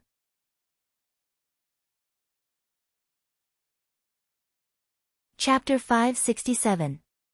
After the strong wind, big raindrops fell. Yangguang, which had been in the sky for a whole winter, was finally covered by thick clouds. For many people on the land, they had never felt so close to the clouds. The raindrops fell quickly, and soon, it was like a torrential downpour. The thirsty earth greedily absorbed the rainwater, and the smell of mud floated everywhere. The wanderers excitedly carried the terracotta tanks out to collect water. In the past winter, they used their labor to exchange for food and water from the Yanjiao. They didn't get much, and some people complained. But when they learned about the situation outside, no one complained anymore. They were afraid of being driven away. Although they didn't get much water, at least it was enough to support them until now. The heavy rain seemed to have extinguished the fire in the fearsome beast forest. The fierce beasts that had been irritable for a whole winter were appeased. From their carefree roars, one could guess their mood. The people in the tribe each had their own responsibilities. Some were on guard duty, some were taking care of the farmland, some were managing the animal pens, some were making pottery, and some were weaving. They were all ready to start work. Before, it was too hot, and they didn't even want to move, so the work at hand was naturally put on hold. Now, they could finally start again. The withered seedlings in the field were also energetic, and the leaves in the forest looked a lot greener. Although the extreme weather had passed, the guards and defenses were not lowered. The two leaders took turns to go out and supervise every day. Even in the stormy weather, they did not let up. Everything, be careful. This was what the two shamans said after the sacrifice. Although the two of them didn't know what would happen, they had a strong sense of crisis. It didn't matter which tribe it was against, it was just an indescribable sense of danger. If the two shamans had different opinions, there might be a dispute. But both shamans said the same thing. For the Yanjiao people, this meant that something was going to happen. They couldn't be careless. On a sunny day after the rain, the hunting team set out to hunt in the mountains. Xiao Xian followed the team into the forest. The green-faced fanged beasts had already been fed with blood, so naturally, there was someone to take care of them. He didn't need to keep an eye on them. Entering the forest once again, the group discovered that many trees in the forest had turned black. It was the appearance of a withered tree. Some of the lifeless trees had already been bitten full of holes by insects. If they were chopped down, a large number of small insects would gush out. Carrying the prey, Xiao Xian and the rest of the team arrived at the cave where they were resting. I remember that there used to be a stream here. Xiao Xian pointed to a spot on the mountain and said. Indeed, but I don't see it now. Perhaps there will be no more water after the winter dries up, Mai said. He was not very familiar with the various reasons for the formation of streams. He only knew that even if the water in the streams dried up in autumn and winter, it would flow again in spring when the snow melted or a large amount of rain fell. But now, the stream in front of the mountain was gone, and he could not explain why. If it's gone, then so be it. As he spoke, Mai carried the prey into the cave. The others looked around and didn't see anything, so they followed him into the cave. Only Xiao Xian stood outside, looking at the original location of the stream. I'll go take a look at the other place. Xiao Xian said to the rest in the cave. Out of curiosity, Mai and the other warriors followed Xiao Xian. They wanted to see what Xiao Xian had found. Xiao Xian remembered that there was a river nearby. It wasn't very big, but there were often some river beasts ambushing in it. The stream had stopped flowing. Maybe it was because there was no snow on the mountain this year. The unusually hot winter had caused the snow that covered the mountain top all year round to disappear. However, the river over there was not only water from the melted snow flowing into the stream, but also underground water. It rained so heavily a few days ago. Even if the stream couldn't form, the rainwater that flowed into the river, and the water that seeped into the rocks and soil of the mountain should have risen a lot, right? It had rained quite heavily a few days ago. However, when Xiao Xian went over, he found that there were only a few small fish swimming lazily in the river. He didn't see any slightly bigger river beasts. The reason was that the river level was too low. The river was too shallow. Some river beasts didn't like diving areas like this, so naturally, they didn't appear here. Mai and the others were surprised to see such a low river level, but only for a moment. They thought that it might be because the mountain forest was too thirsty. After the rain, the mountain forest drank most of the rainwater, so there wasn't much rainwater left for the river. However, even if the mountain forest could absorb and store a lot of rainwater, what about the underground water? A rainstorm that lasted for a few days couldn't even make the river level rise? Even if the rise wasn't obvious, it shouldn't be so small. In the past, the river water here was often muddy yellow because the river beasts in the river liked to stir up the mud and sand at the bottom of the river.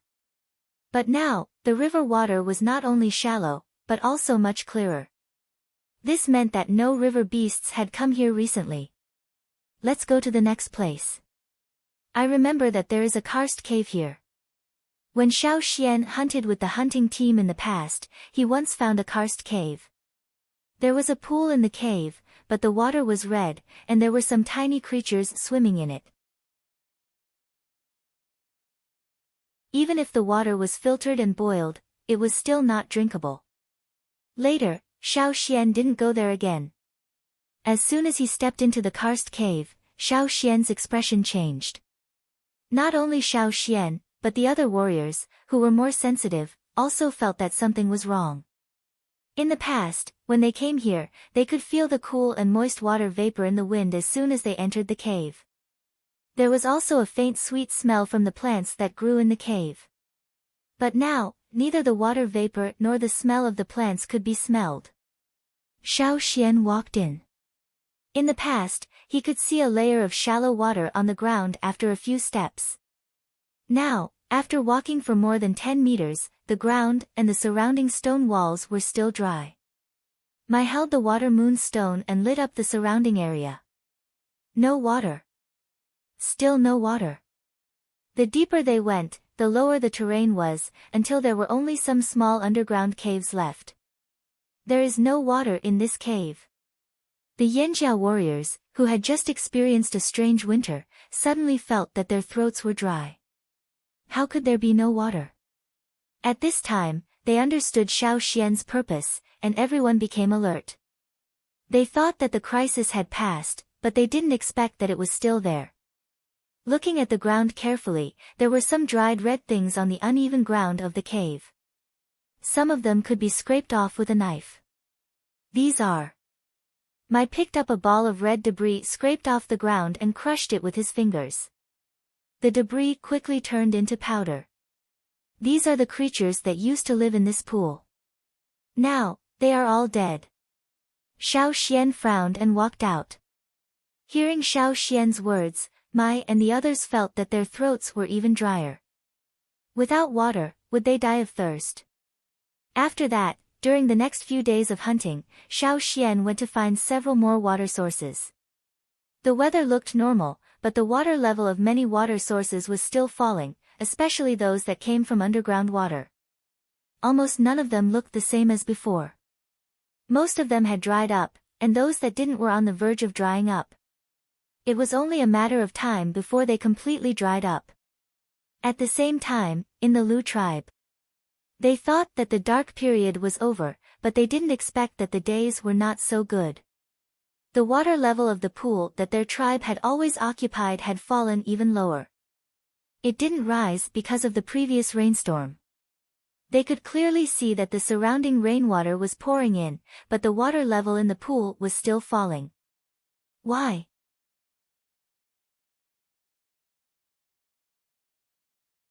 Chapter 568.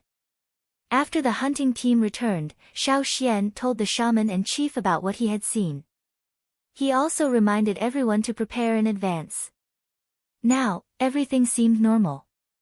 The weather was in line with the characteristics of this season. It was neither hotter nor colder. It seemed to have returned to normal. However, not only the Flaming Horns tribe, but also many other tribes on the continent, after experiencing an unusually difficult winter, the lack of water was very nerve-wracking. On this mainland, there were many streams, ponds, and small and medium-sized lakes formed from underground water. When the winter ended and the rain came, the weather returned to normal. However, these water sources did not seem to have recovered. Instead, the situation became more serious. There were not many water sources left. Because of this, the competition for resources broke out again. Spring was in full bloom. It was supposed to be full of life. However, on this mainland, there was an indescribable panic. Dried brown blood splattered on the grass by the river. The rancid smell with a residual murderous aura told passers-by what had happened here.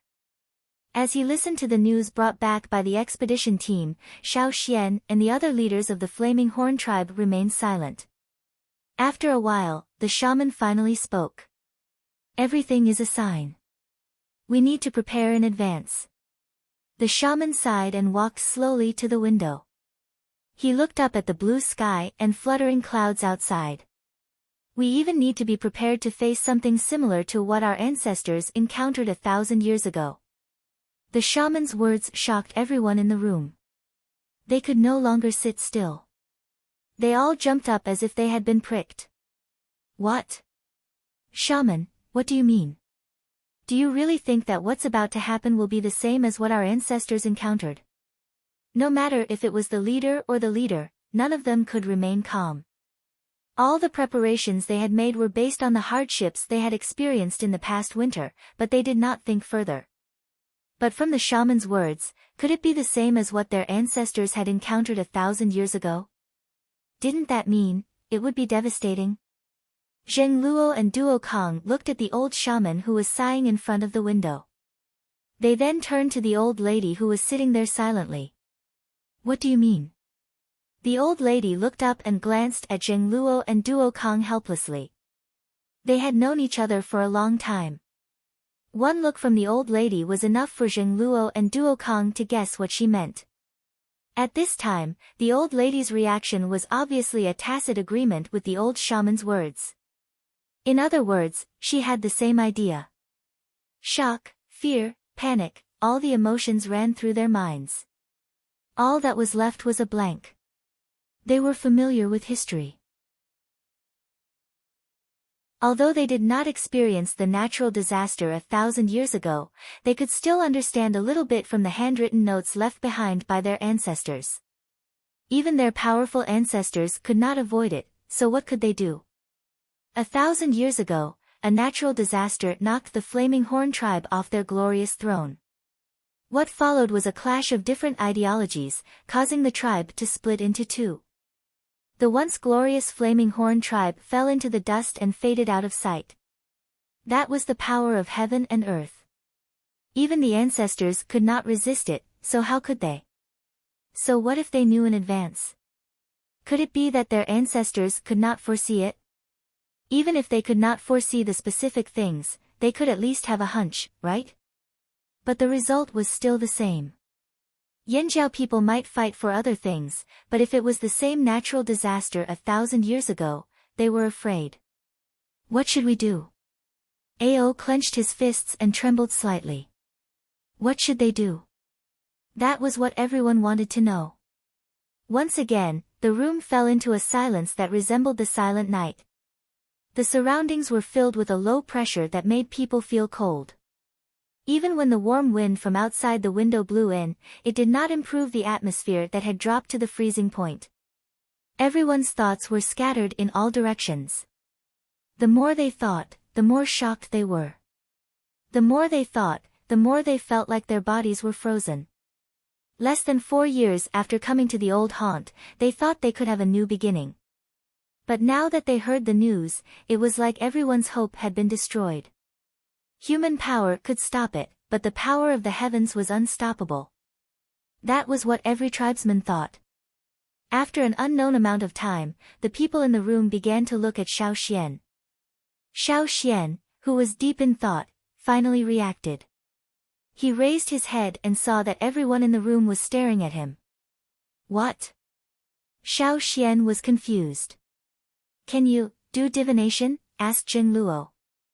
Everyone in the room knew that Xiao Xian could use not divination. I've tried a few times before, but I didn't succeed once. Xiao Xian shook his head. The eyes of the others in the room darkened as disappointment filled their faces. They originally thought that Xiao Xian might be able to use divination to find out what the shamaness didn't know. Now it seemed that this method wouldn't work. Duo Kong scratched his stiff short hair. Then, can we borrow the power of the ancestors? The power of the ancestors? Everyone was confused at first, then looked at Xiao Xian expectantly with sparkling eyes. Yes, the power of the ancestors. Didn't the people from the other side rely on the power of the ancestors to cross the sea? It was said that not everyone could use such powerful ancestral power. Even the ancestors from 1,000 years ago could not get as much power from the bone ornaments as Xiao Xian. Xiao Xian took out the bone ornament necklace he always wore. He took a deep breath and sighed. The ancestral bone ornaments might not work. We used too much power to cross the sea. The bone ornaments haven't recovered yet. Even if we can use them, they might not be able to help us much. Right now, the 6 bone ornaments on the necklace were a little brighter than when they had just crossed the sea. However, it was still incomparable to before. It was like an exhausted person who had not had enough time to rest, and his strength had yet to fully recover. If they used them again, not only would they not be able to reach their peak power, they might lose more than they gained. They couldn't put all their hopes on the bone ornaments. They had to think of another way. We can't do this, we can't do that. What can we do? Can we leave the old haunt? Duo Kong muttered. As soon as Duo Kong finished speaking, he was glared at by everyone in the room. How could he say that? This was the old haunt. How could they leave so easily? But, the situation now was indeed different from 1,000 years ago. There was no fire seed in the old haunt now. Even if the entire tribe moved to another place, theoretically speaking, it was still possible. No one wanted to leave. Even if there was no fire seed, they still had a sense of belonging. But wasn't this a special situation? The tribe could leave first, find a place to hide, and wait for the disaster to pass before returning. Thinking about it this way, it seemed possible. You're tuning into the Blissful Bookshelf YouTube channel. We're so grateful for your support, and don't forget to subscribe to join us on this incredible journey through captivating stories. Your generosity through donations truly makes a world of difference, as it's the primary source of revenue that allows me to expand and enhance this channel for you. Thank you from the bottom of my heart for being a part of this adventure.